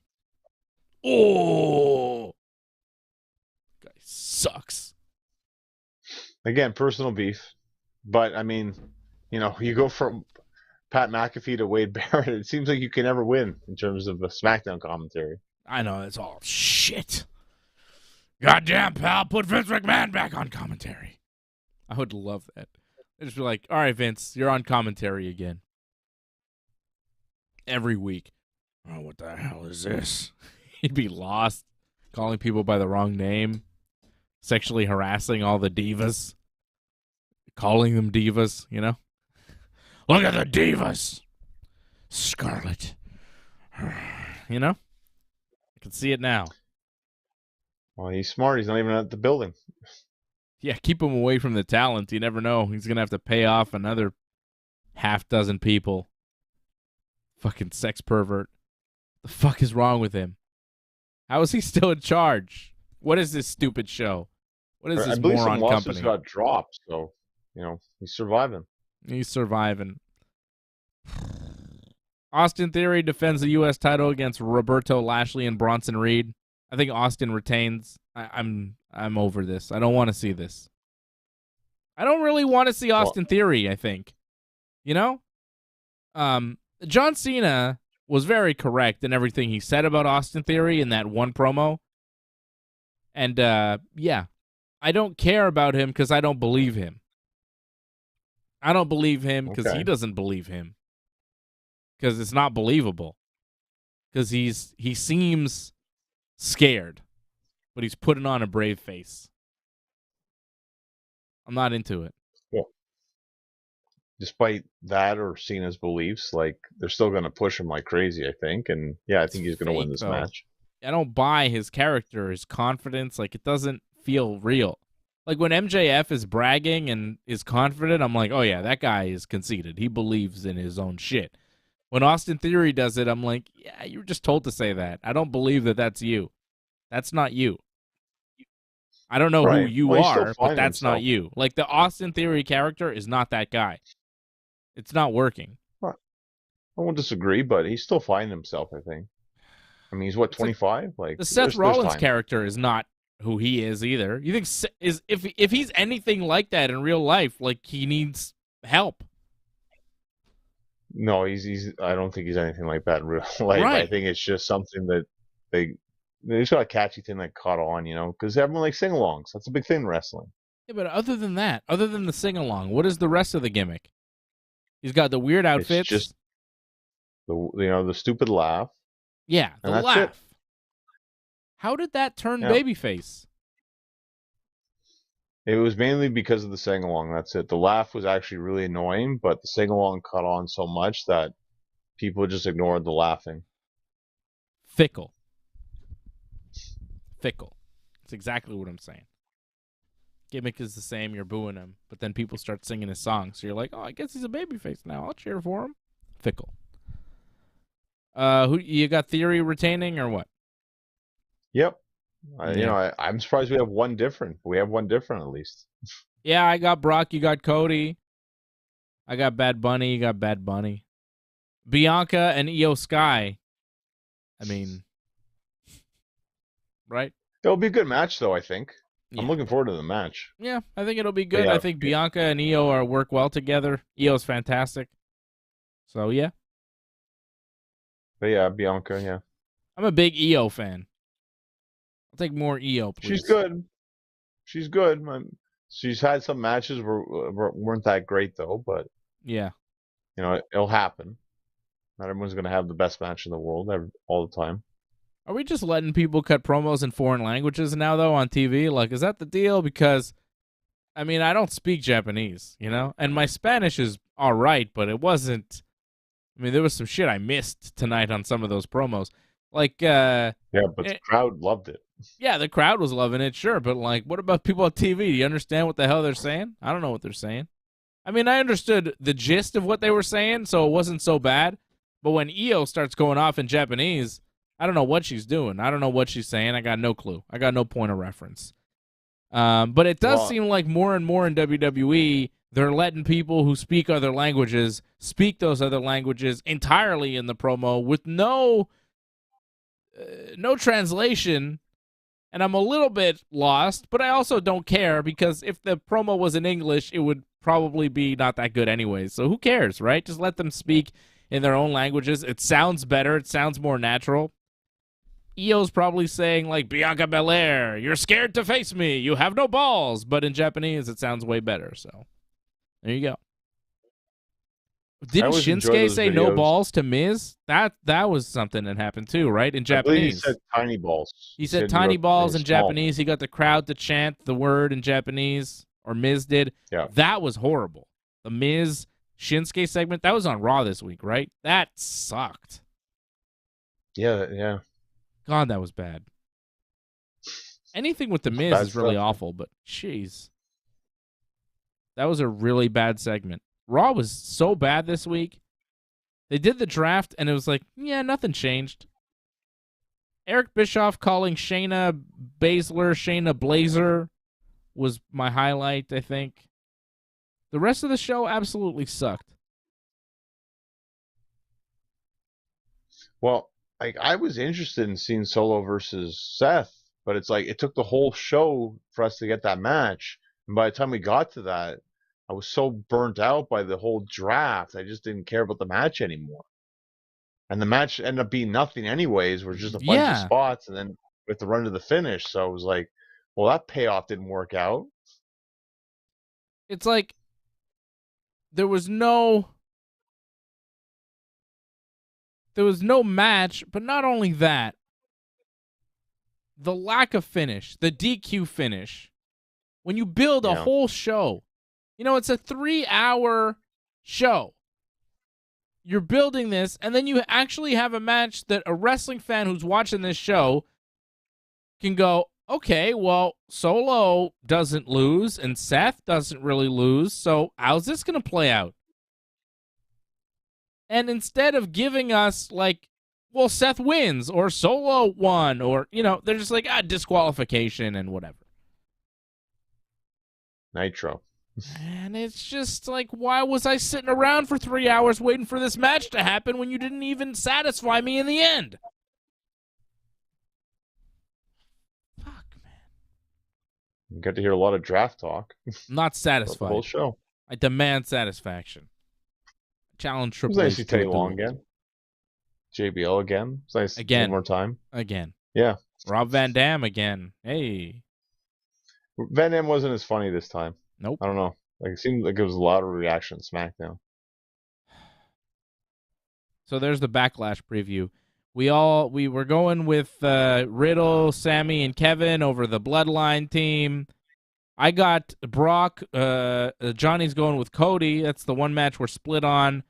We got Rhea over Zelina, Seth over Omos, Austin Theory over Bobby and Bronson, Bianca over Io, and Bad Bunny over Damian Priest in the main event of Backlash. And we'll be doing a post show for Backlash tomorrow night during our UFC 288 watch along.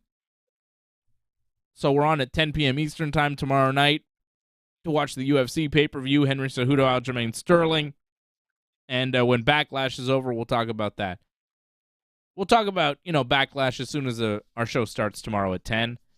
Before the first fight, I'm sure I'll recap Backlash and what I'd seen up until 10 p.m., and then I'll keep an eye on Backlash, and we'll be talking about it. We'll be doing the Backlash post-show and UFC 288 watch-along at the same damn time tomorrow night, getting two birds stoned at once, just like the way I like it. But John won't be there because John is wrestling, I think. Are you wrestling or what? Well, prepping for wrestling, actually, because the show is actually Sunday, but, going over things, doing promos, filming stuff, just getting stuff ready because, it's a big night. Club Soda in Montreal Sunday night. Oh, that's this Sunday. I think. It's this Sunday. Yep. I read a very negative piece about that whole thing. I don't know if you saw that. Very negative. Okay. Well, let me know. I'll send it to you. Hear this stuff. I'll send it to you. Okay. Well, you can talk. You can talk about it. I don't mind. Like, what did I do wrong this time? Nothing. No. It's not negative. Oh, okay. I didn't. No. Somebody, Pat LaPrade wrote a negative story about Jacques and the Lutte Academy. Oh, he doesn't like Jacques though. There's personal beef or something. Yeah. I just read a story he published, and I was like, whoa. Okay, and Jeremy was mentioned in the story, too. I was like, oh, okay. But then I was like... but then I was like, well, isn't Pat LaPrade friends with Kevin and Sammy? And they don't like Jacques. Jeremy is not friends with those guys. And Jeremy, too, doesn't, so I don't know what's going on there. I just read the thing tonight while I was watching SmackDown. I was like, whoa, what's this? They're talking about Johnny North's thing, and I was like, oh, it's pretty negative. But, yeah, I mean, Jacques, yeah. I have my own stories there, so that's fine. Everyone has their own Jacques Rougeau stories. I have many Jacques Rougeau stories. Yeah. Jacques Rougeau stories. A lot of fun ones, too. Maybe one day I'll talk about them, but not tonight. It's too long. Not this weekend. Maybe not this weekend. Maybe next weekend. I can talk about it. But see how the show goes on Sunday. There's a lot of long stories. Mm-hmm. No, it'll be fun. I love hanging out with Jacques. Yeah. Okay. Like, it's good talking with him. Yeah, but who knows? Maybe he doesn't want you to tell all the stories, The Mountie's got some stories, baby. There's some stories you just never talk about, but there's some stories that are fun. Yeah. Jacques' a fun guy. Okay. I like Jacques Rougeau. He's cool. Didn't AJ say you were going to get into a fight with him or something? Or something like me? That what? last time? No. Yeah. AJ was there something with that? Yeah. No. Yeah, I thought AJ said that, yeah. I don't think so. Maybe AJ AJ's always trying to get you into fights, so. AJ's trying to get me into fights with anybody. It's like, Dave, do it for the ratings. I'm like, no, AJ, I don't want to just fight random people for ratings. Why doesn't AJ get it? I don't know why. AJ's always talking about how tough he is, and he doesn't want to get into fights. He's always like, Dave, get into fights with this guy. Dave, it'd be good to pick a fight. I'm like, I don't know. Why don't you do that, Mr. Brown Belt World Champion there, buddy? Take it easy. Or Purple Belt, I think. He won a tournament at Purple Belt, not Brown. But he's currently a Brown Belt. So why doesn't he go and fight people? Why is he trying to get me to fight people? I'm just a Blue Belt. I'm not so bad.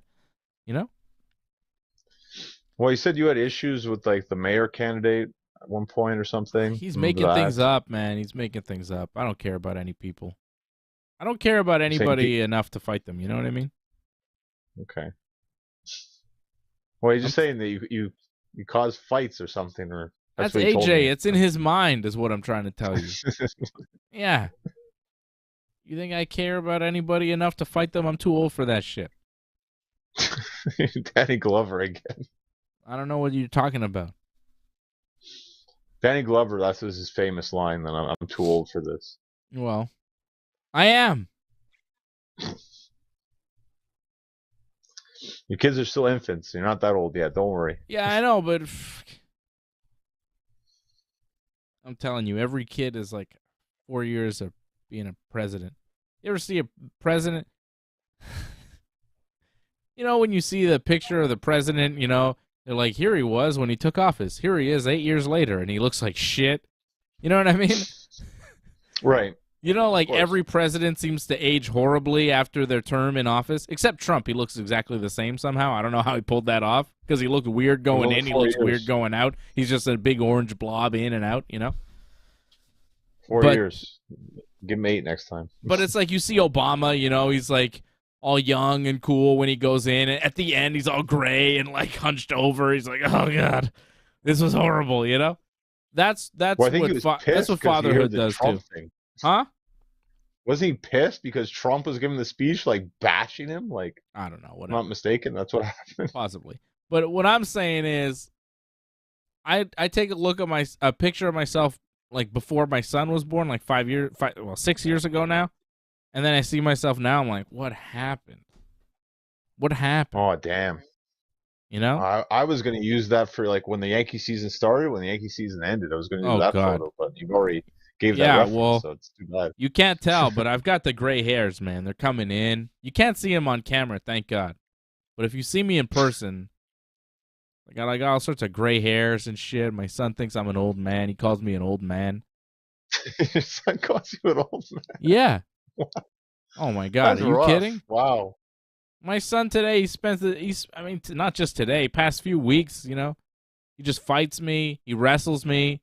I taught him a takedown, right? I try to throw a teep kick, like a push kick to keep him away. But I taught him to catch the kick and then pull my leg and walk back, you know, and so I actually fall. And like I taught him a good takedown. So now he uses it. He grabs me, takes me down. He's almost 6 years old, takes me down, and then he grabs me by my underwear, wedges me up to my feet, and says, "Get up, you old man." And this is just on repeat all day. No wonder I'm beat down. Takes me down. "Get up, you old man." Picks me up.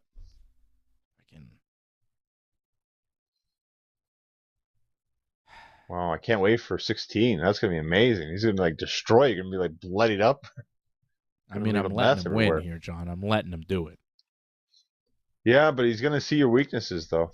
He's going to see, like, oh, this works all the time when you use this. Well, he's going to have to go to jiu-jitsu class if he wants to actually be able to really handle me in a real way. Because if he doesn't, well, whoops. You know? It's not going to work. It's not going to work for him. He better work. He better learn the ways.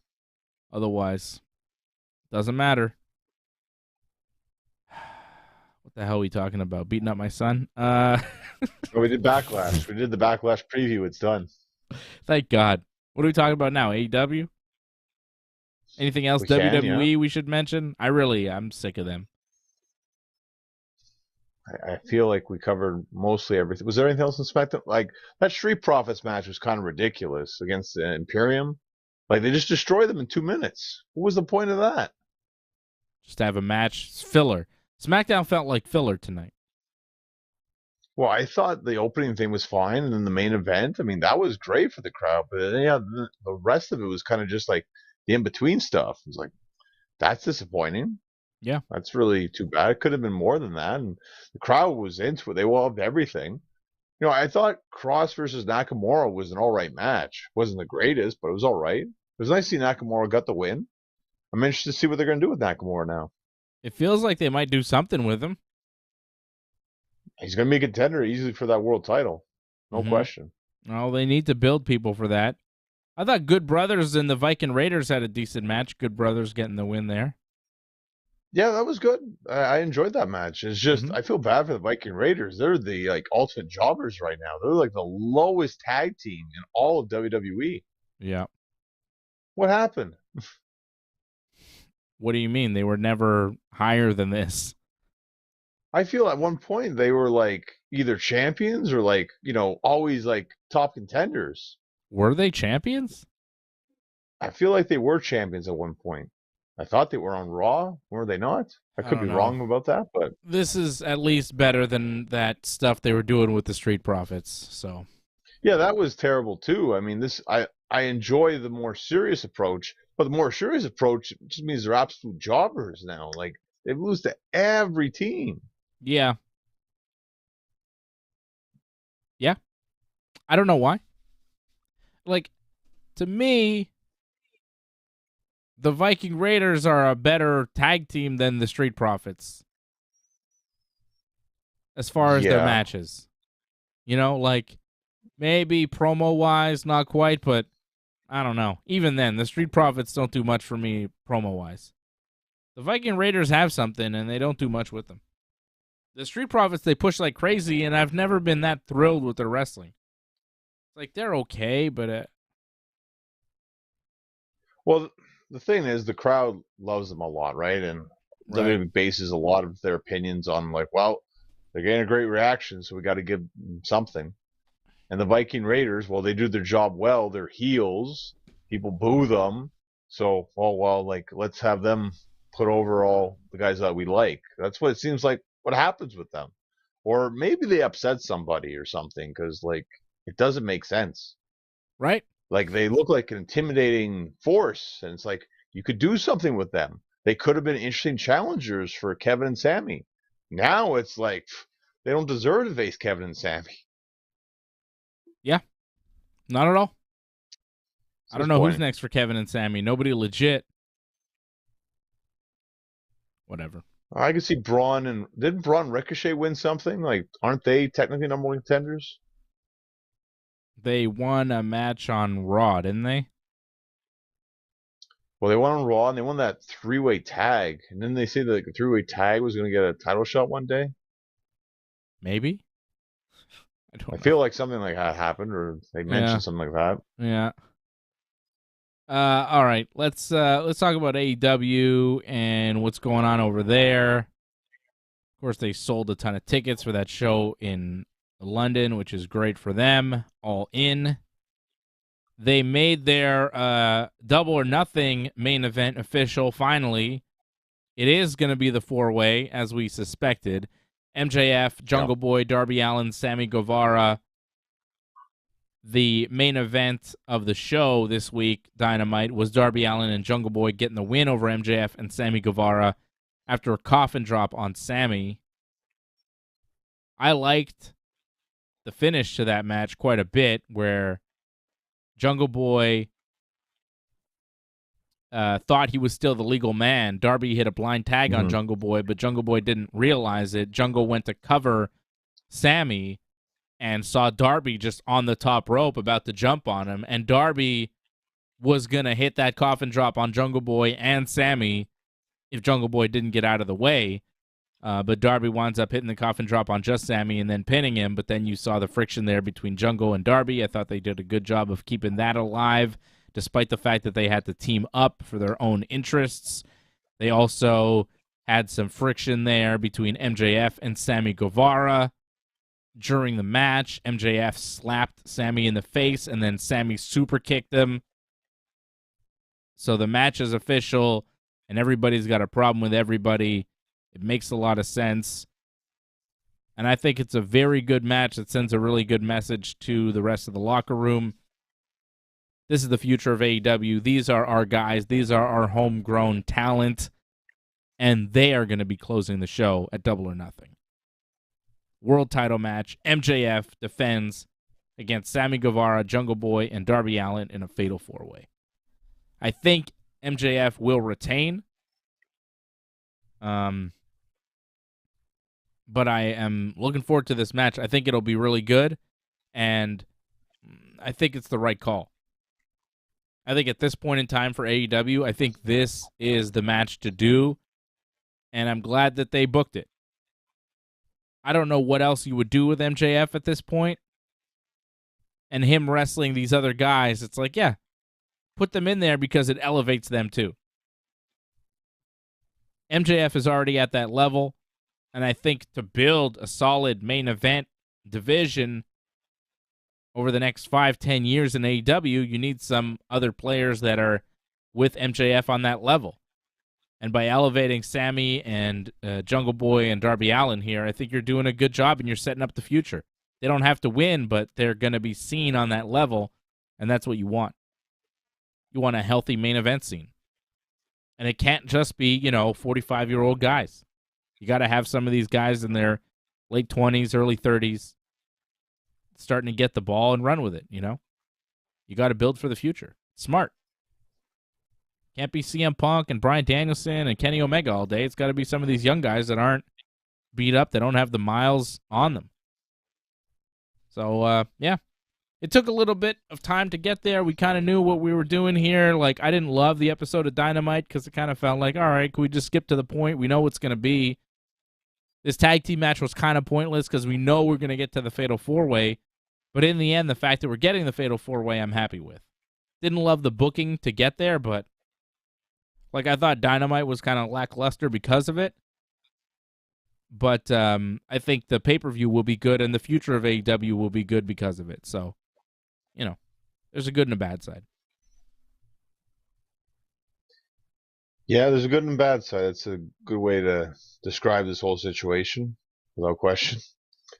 So we'll go with the good part, I guess, first, because it'll be kind of not as long as the bad. So good. Like, I agree, the finish. Like, I like the whole, Sammy, MJF had a falling out, then looked like Darby and Jungle Boy had a falling out, but we still get the match. Like that ending, MJF is all upset. All good stuff there. That's the way the show should end, without question. A lot of other stuff I did not like. I didn't like, this was the big thing that really, I was mad actually when I saw this. I'm like, this is one of the worst things I've seen. We had it last week where Sammy won because of the whole Eddie Guerrero trick, right? So then in the match, they're using the whole trick of the scarf behind the referee's back, and they tease it. Oh, the ref doesn't see, and then the ref saw it, and there's no DQ, and the commentators are like, oh, this match isn't too important, it can't be a DQ, even though the match that was so important, the week prior, oh, we had to DQ that one. There was no way out of that one. So right there, I'm like, well, this is dumb. This is stupid. I feel they do this way too much in matches where they have these ideas, but they don't really think them through, and they completely destroy the referee's credibility when that happens. It's like, oh, we have this cool idea, we'll do this, and then, oh, well, you'll have the thing where we're holding the arms, and then you'll kick the arm, but you've already destroyed the credibility. It doesn't matter. Now you're just making everything look stupid.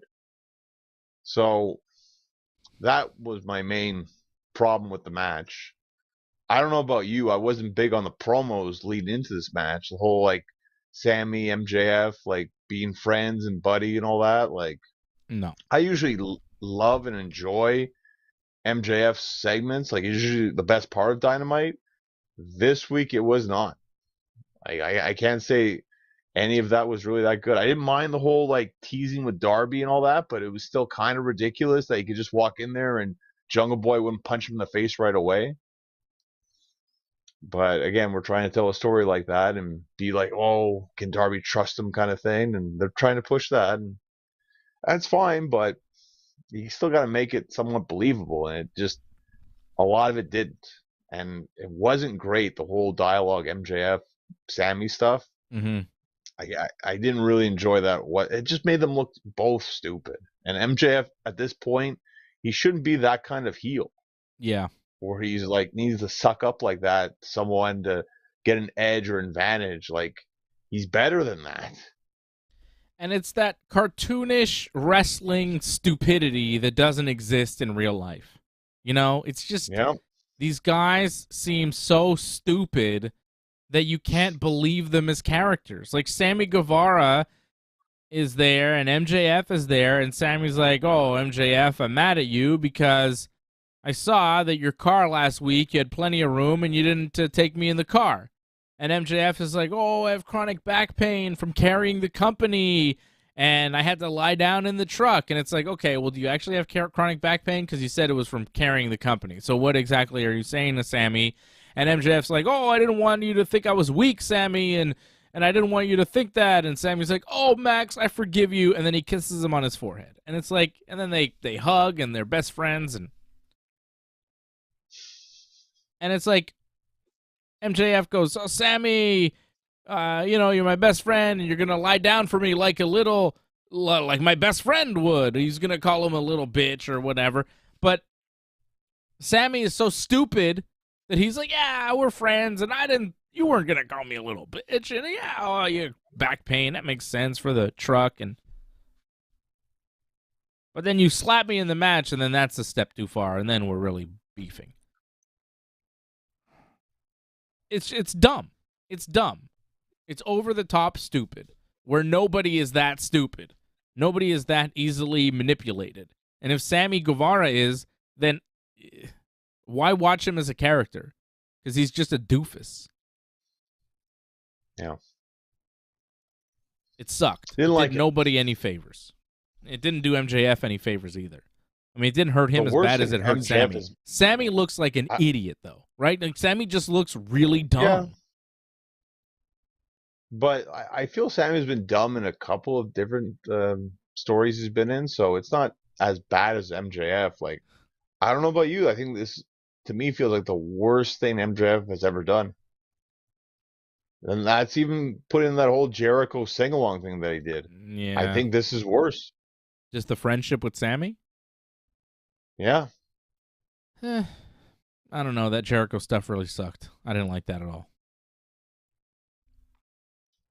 But, I get what they were doing with that. Like, it wasn't too... It was ridiculous, but I don't know. I find this even more ridiculous, to be honest. All right.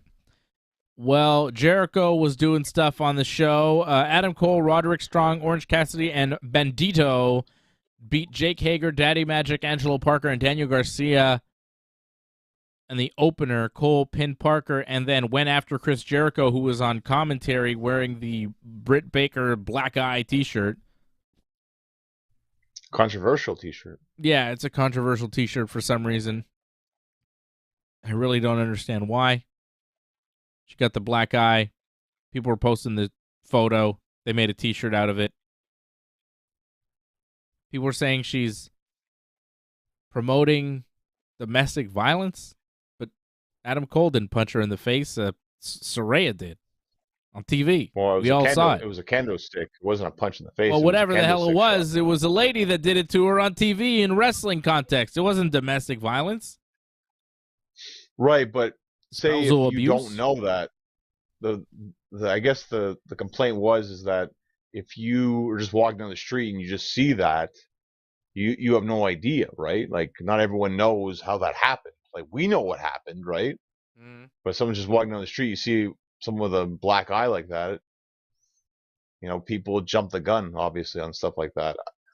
Right, because if you see a big, bright pink T-shirt that says "Scissor Me, Daddy Ass" from a guy walking down the street, you don't wonder about him at all. You don't go, "Oh, what the hell is that?" If you don't know the context of most wrestling shirts, it's like, what is that? Scissor me, daddy ass. Blood from a stone, like, we haven't lived through this for years. So many wrestling shirts make no sense out of context. But, whatever. Whatever. People are mad about something. This actually, like, the shirt apparently is super popular now. So, I mean, if anything, the negativity actually helped it, I think.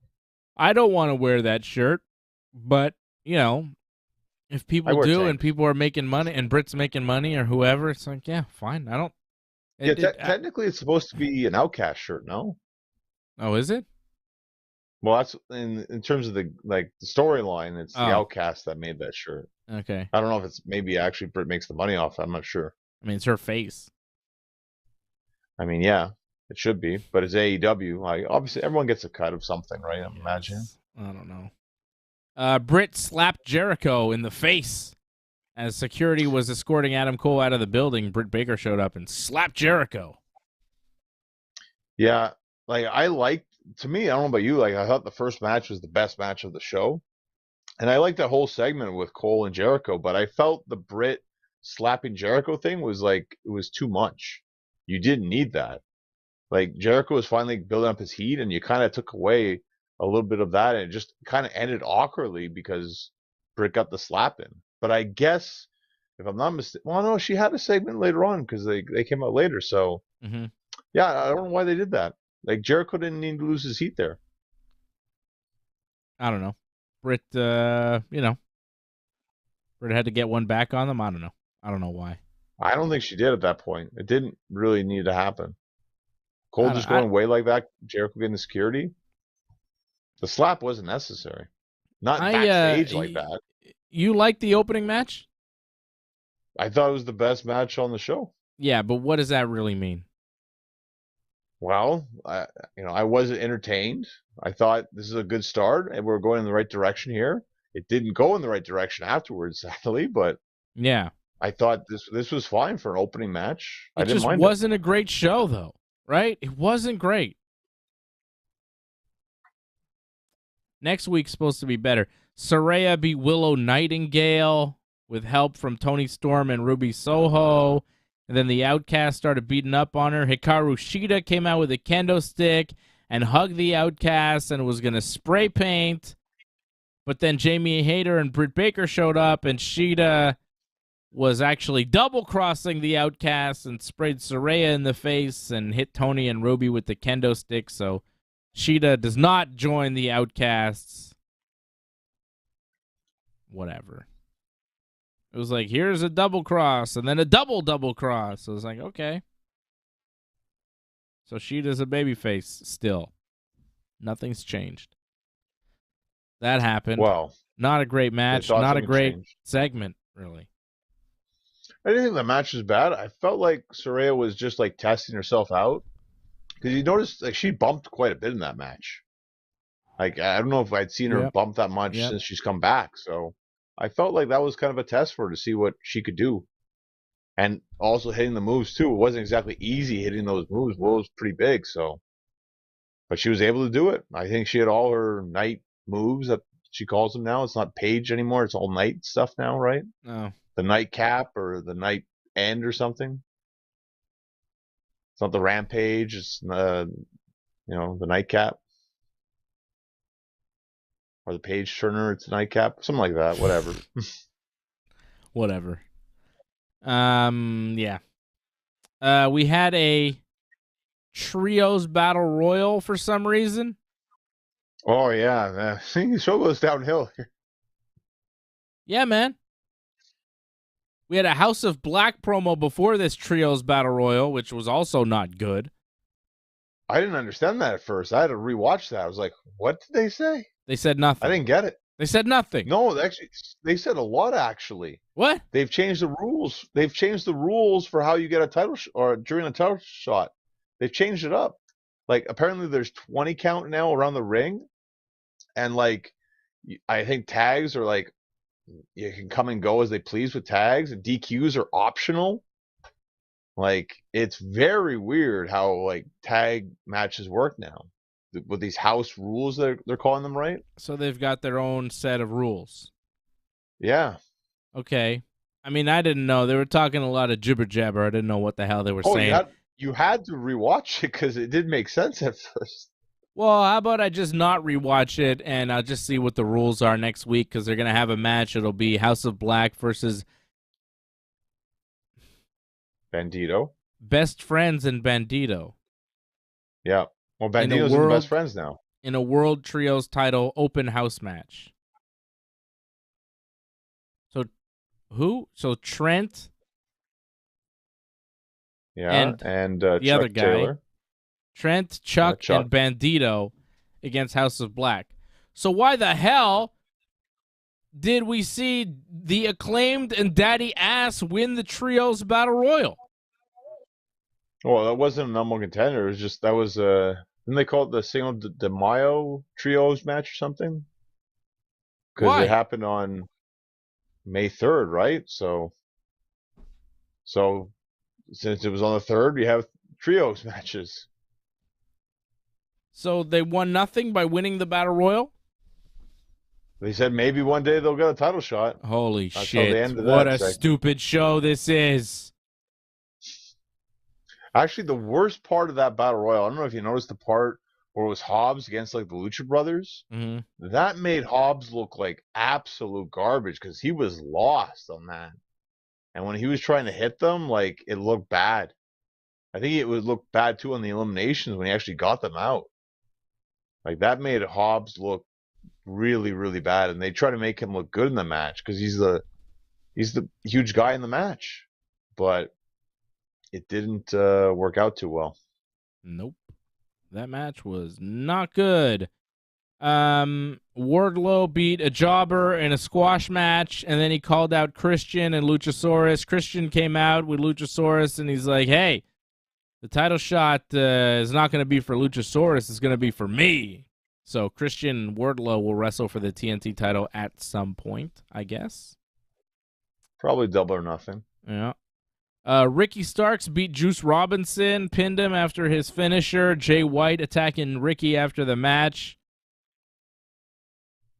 And, White went to hit his finish. Starks countered, went for his finish, but then Juice pulled Jay White out of the match, and the two heels escaped Ricky Starks after Starks got a win over Juice Robinson. Thought the match was okay, but this story, this whole angle seems on an island on its own in AEW, and it's like dead. It's got no buzz. It's got no heat. And this is how they bring in former IWGP Heavyweight Champion, one of the biggest free agents in the game, Jay White. I agree in terms of how you feel about the story, but in terms of the match, I didn't think it was really that good. Because what did they do at first? They just fought on the outside for quite a bit. You know, Ricky hit a cool like body slam off the steps. That looked awesome. But then they go to the break, and in the break, like just a cheap little toss him in very lightly into the ring post, and Ricky Starks is dead after that until we come back from the break, and then that's the comeback. But then it was just simple stuff, nothing really out of the ordinary. Just boom, boom, hit your stuff, go home, and that's it. Like I didn't think this was anything special, to be honest. Like they built this up as a huge thing that's been going for a while. Like that was kind of disappointing. Yep, did nothing for me. Nothing. I Did preferred you catch? seeing the Jeff Jarrett, Jay Lethal, Sanjay, and Satnam go to the Briscoes farm to help with farm work with Mark Briscoe. That was more entertaining. Well, it was ridiculous, but at least in terms of story progression Yep. and actually like tying together, like this was actually not too bad. Yep. At first, I was like, "This is weird," but I'm like, "Oh, okay. Well, this actually does make sense." They're helping Mark Briscoe because they want him to explain to him how to beat FTR, because at the end of this whole Right. promo, Jay Lethal challenged FTR for the AEW Tag Team titles at Double or Nothing. It did That's make it. sense. Yeah. They're there to help Mark Briscoe on the farm to suck up to him so he can give them tips on how to beat the FTR because him and his brother did it. Makes sense. Exactly. It wasn't bad. It really wasn't bad. And we got to see Satnam Singh in overalls, which I thought was hilarious. How did they get overalls that big? I guess. Where did they get them? Did they make them custom? There's a website. Did they just sell them that size? Where did he get them? Because Sanjay was wearing a matching pair. They were adorable together. There's a website for big men, if I'm not mistaken. Oh, yeah. Because I wrestled a guy who's like 7 feet tall, and like there was another like 7 feet tall guy on the show. And he's like, "Where do you get like your outfits and all that?" And he just gave him the website. It's a website for big guys. Yeah.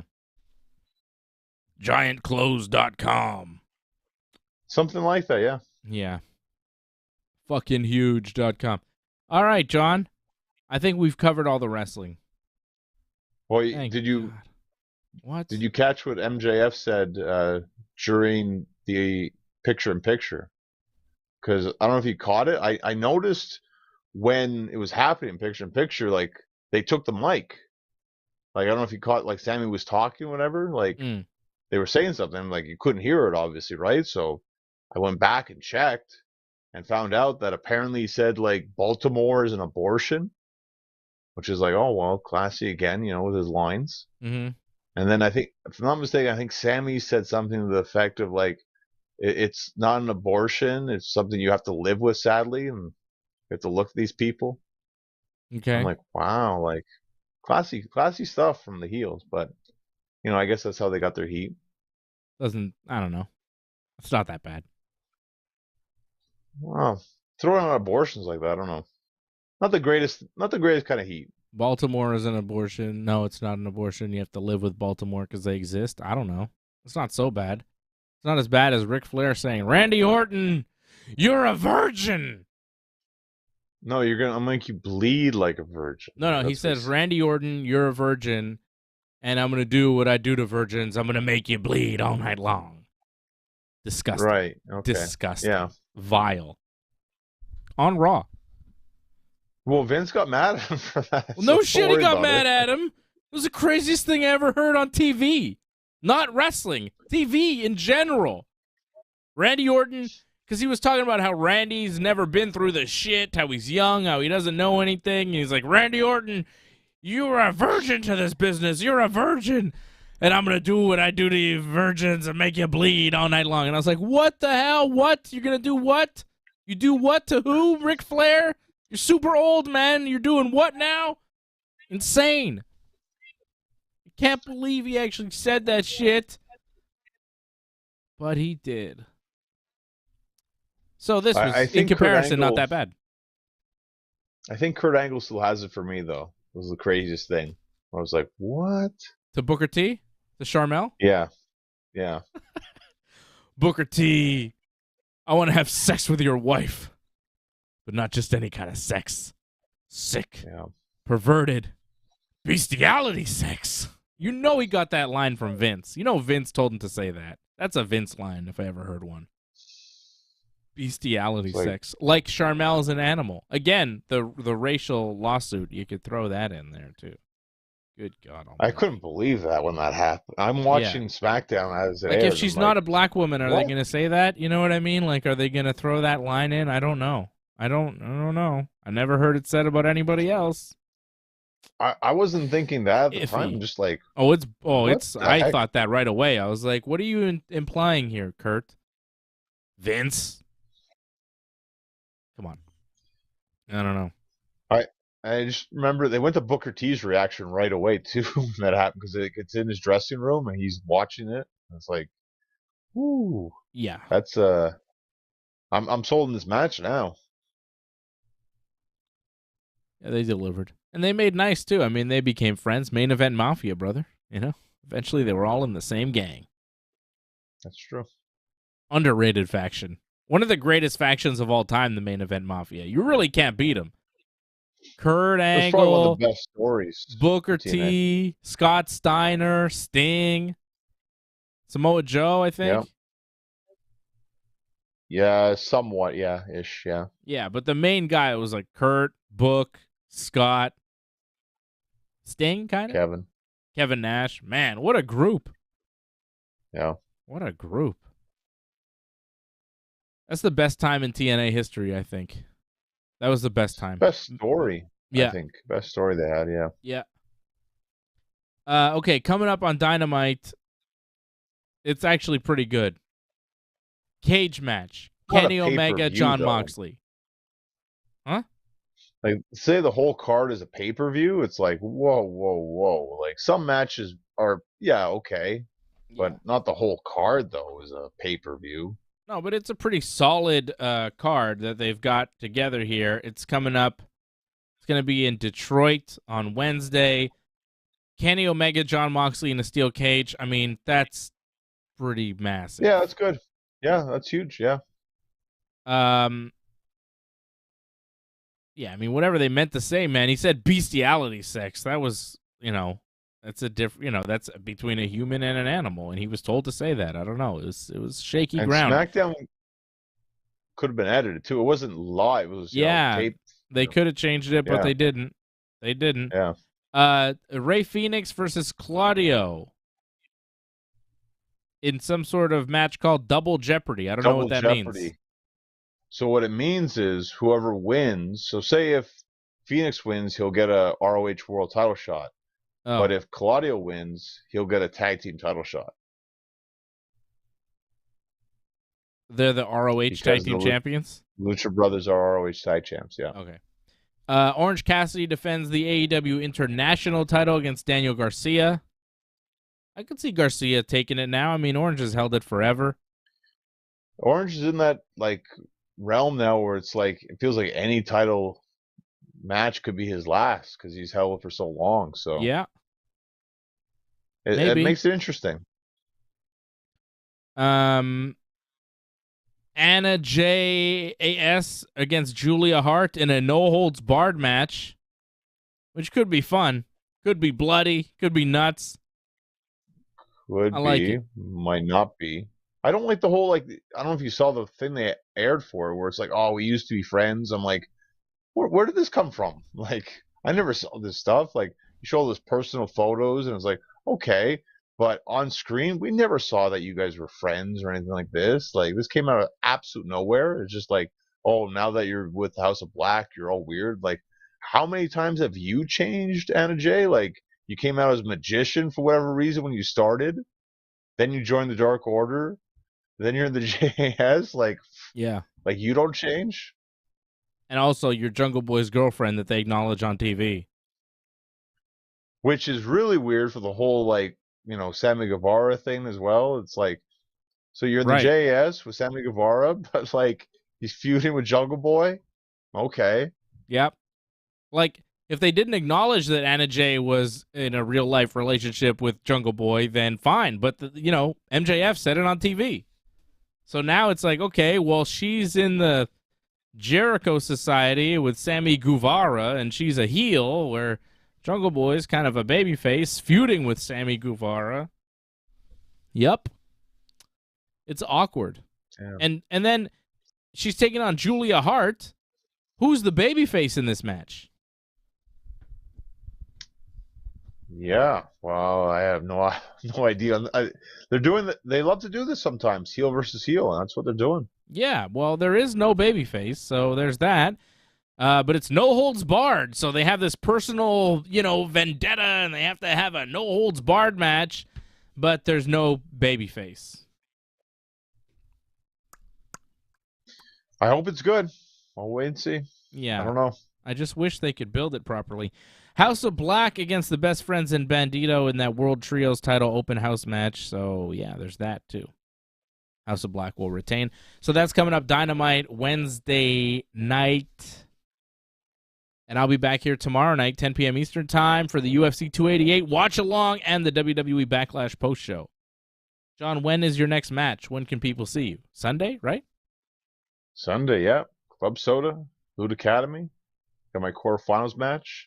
And hopefully it's only the first of a couple before I make it to the finals for Loot Academy. So 7 p.m. at Club Soda's bell time. There you go. Go for it. Go see Johnny Sunday night. Watch some professional wrestling. Have a good time. And in Montreal. I'll be here tomorrow night for more, stuff. More talking about the things, the wrestling, the fighting, all of that stuff. I got a lot of fight talk here for you. Tomorrow night, got big picks, going with Henry Cejudo. Did not like the way Aljamain looked at the weigh-ins today, so quite confident with Cejudo. And our buddy Jeremy Prophet also going with Henry Cejudo, so there you go. We got that going for us, right? Fred and AJ went with Aljamain, but me and Prophet, we got Cejudo, so. All right. I mean, you never know. When someone who's been gone for a couple of years, I get it. Yeah. However, as we saw with John Jones, it doesn't always mean that it's not going to go well for him. So. Yeah, that's it. George St. Pierre, too. He was retired for 3 years, came back, smashed Bisping. John Jones retired for 3 years, comes back, smashes Cyril Gann. Favorable opponent, but okay, yeah, with GSP. Yeah, well, I think Henry Cejudo feels Aljamain is a favorable opponent. I don't think he would come back to lose. Wow, that's it. I don't think it's as good of a fight as it was for GSP, but still, like, I think he'll win. I agree with you. There you go. So we're unanimous on the Wrestling Uncensored side, and we'll be back here tomorrow night, 10 p.m. Eastern Time, to watch UFC 288 and to talk about Backlash here with you. Thanks to everybody tuning in on YouTube, Twitter, Twitch, Rumble, Facebook, all the things, wherever you're watching us. Go to join.ringsidereport.net, join.ringsidereport.net if you have not already. Support the Ringside Report Network, because I don't know how much pro wrestling I could really handle. So support the Ringside Report Network, and let me know that you appreciate our wrestling coverage, because... We might watch more wrestling soon. Yeah, maybe we will, but, I mean, if you don't support the Ringside Report Network, maybe I'll stop watching wrestling altogether, because goddamn, pal. You got 2 more hours of AEW coming up. Come on. I'm not watching that bullshit. Saturday night Collision. Saturday nights are for UFC, AEW. I don't care what you give me on a Saturday night. It's not going to be as good as whatever the hell Dana White's giving me. It's not. It's just not. All right. It's at 6:05. I think you'll watch. Sometimes I'll watch in the background while the Yankees are playing. You know, I mean, come on.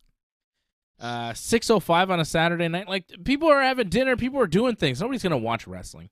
I don't get it. Are people eat and watch wrestling at the same time? Not that bloody AEW show. It's not really a dinner time, you know? I don't know. Keep Moxley on Wednesdays. You'll be fine. Yeah. And they do a very adult-oriented wrestling show. 6 p.m. on a Saturday? I don't know. We'll see. Wait and see. I don't need it. I'm not asking for a new wrestling show. Believe me. I'm asking for less. Remember when people used to ask for Raw to be shorter? It was like a whole thing. People were like, it should be 2 hours again. It should be 2 hours again. People have given up on that because we realize, like, yeah, it's never going to happen. We're fucked. It'd be better, but it won't happen. It'll never go back. I remember when Raw used to be 1 hour. Far better. You really liked it then. Remember that? In good old days. That was a long time ago. Yeah, I know, but that's when Raw was like, wow, this is a great show.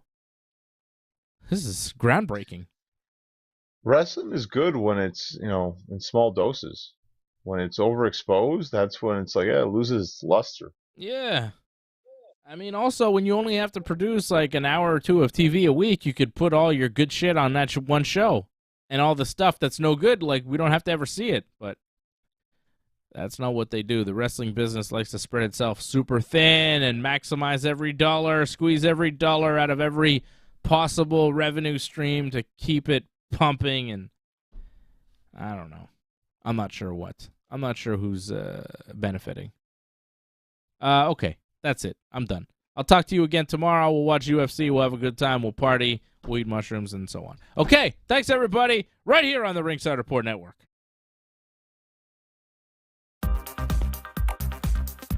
Please join in and give your support to Ringside Report Network. We've been providing expert coverage and commentary on both pro wrestling and MMA for over 15 years. Go to ringsidereport.net/support to find out more ways to support the channel.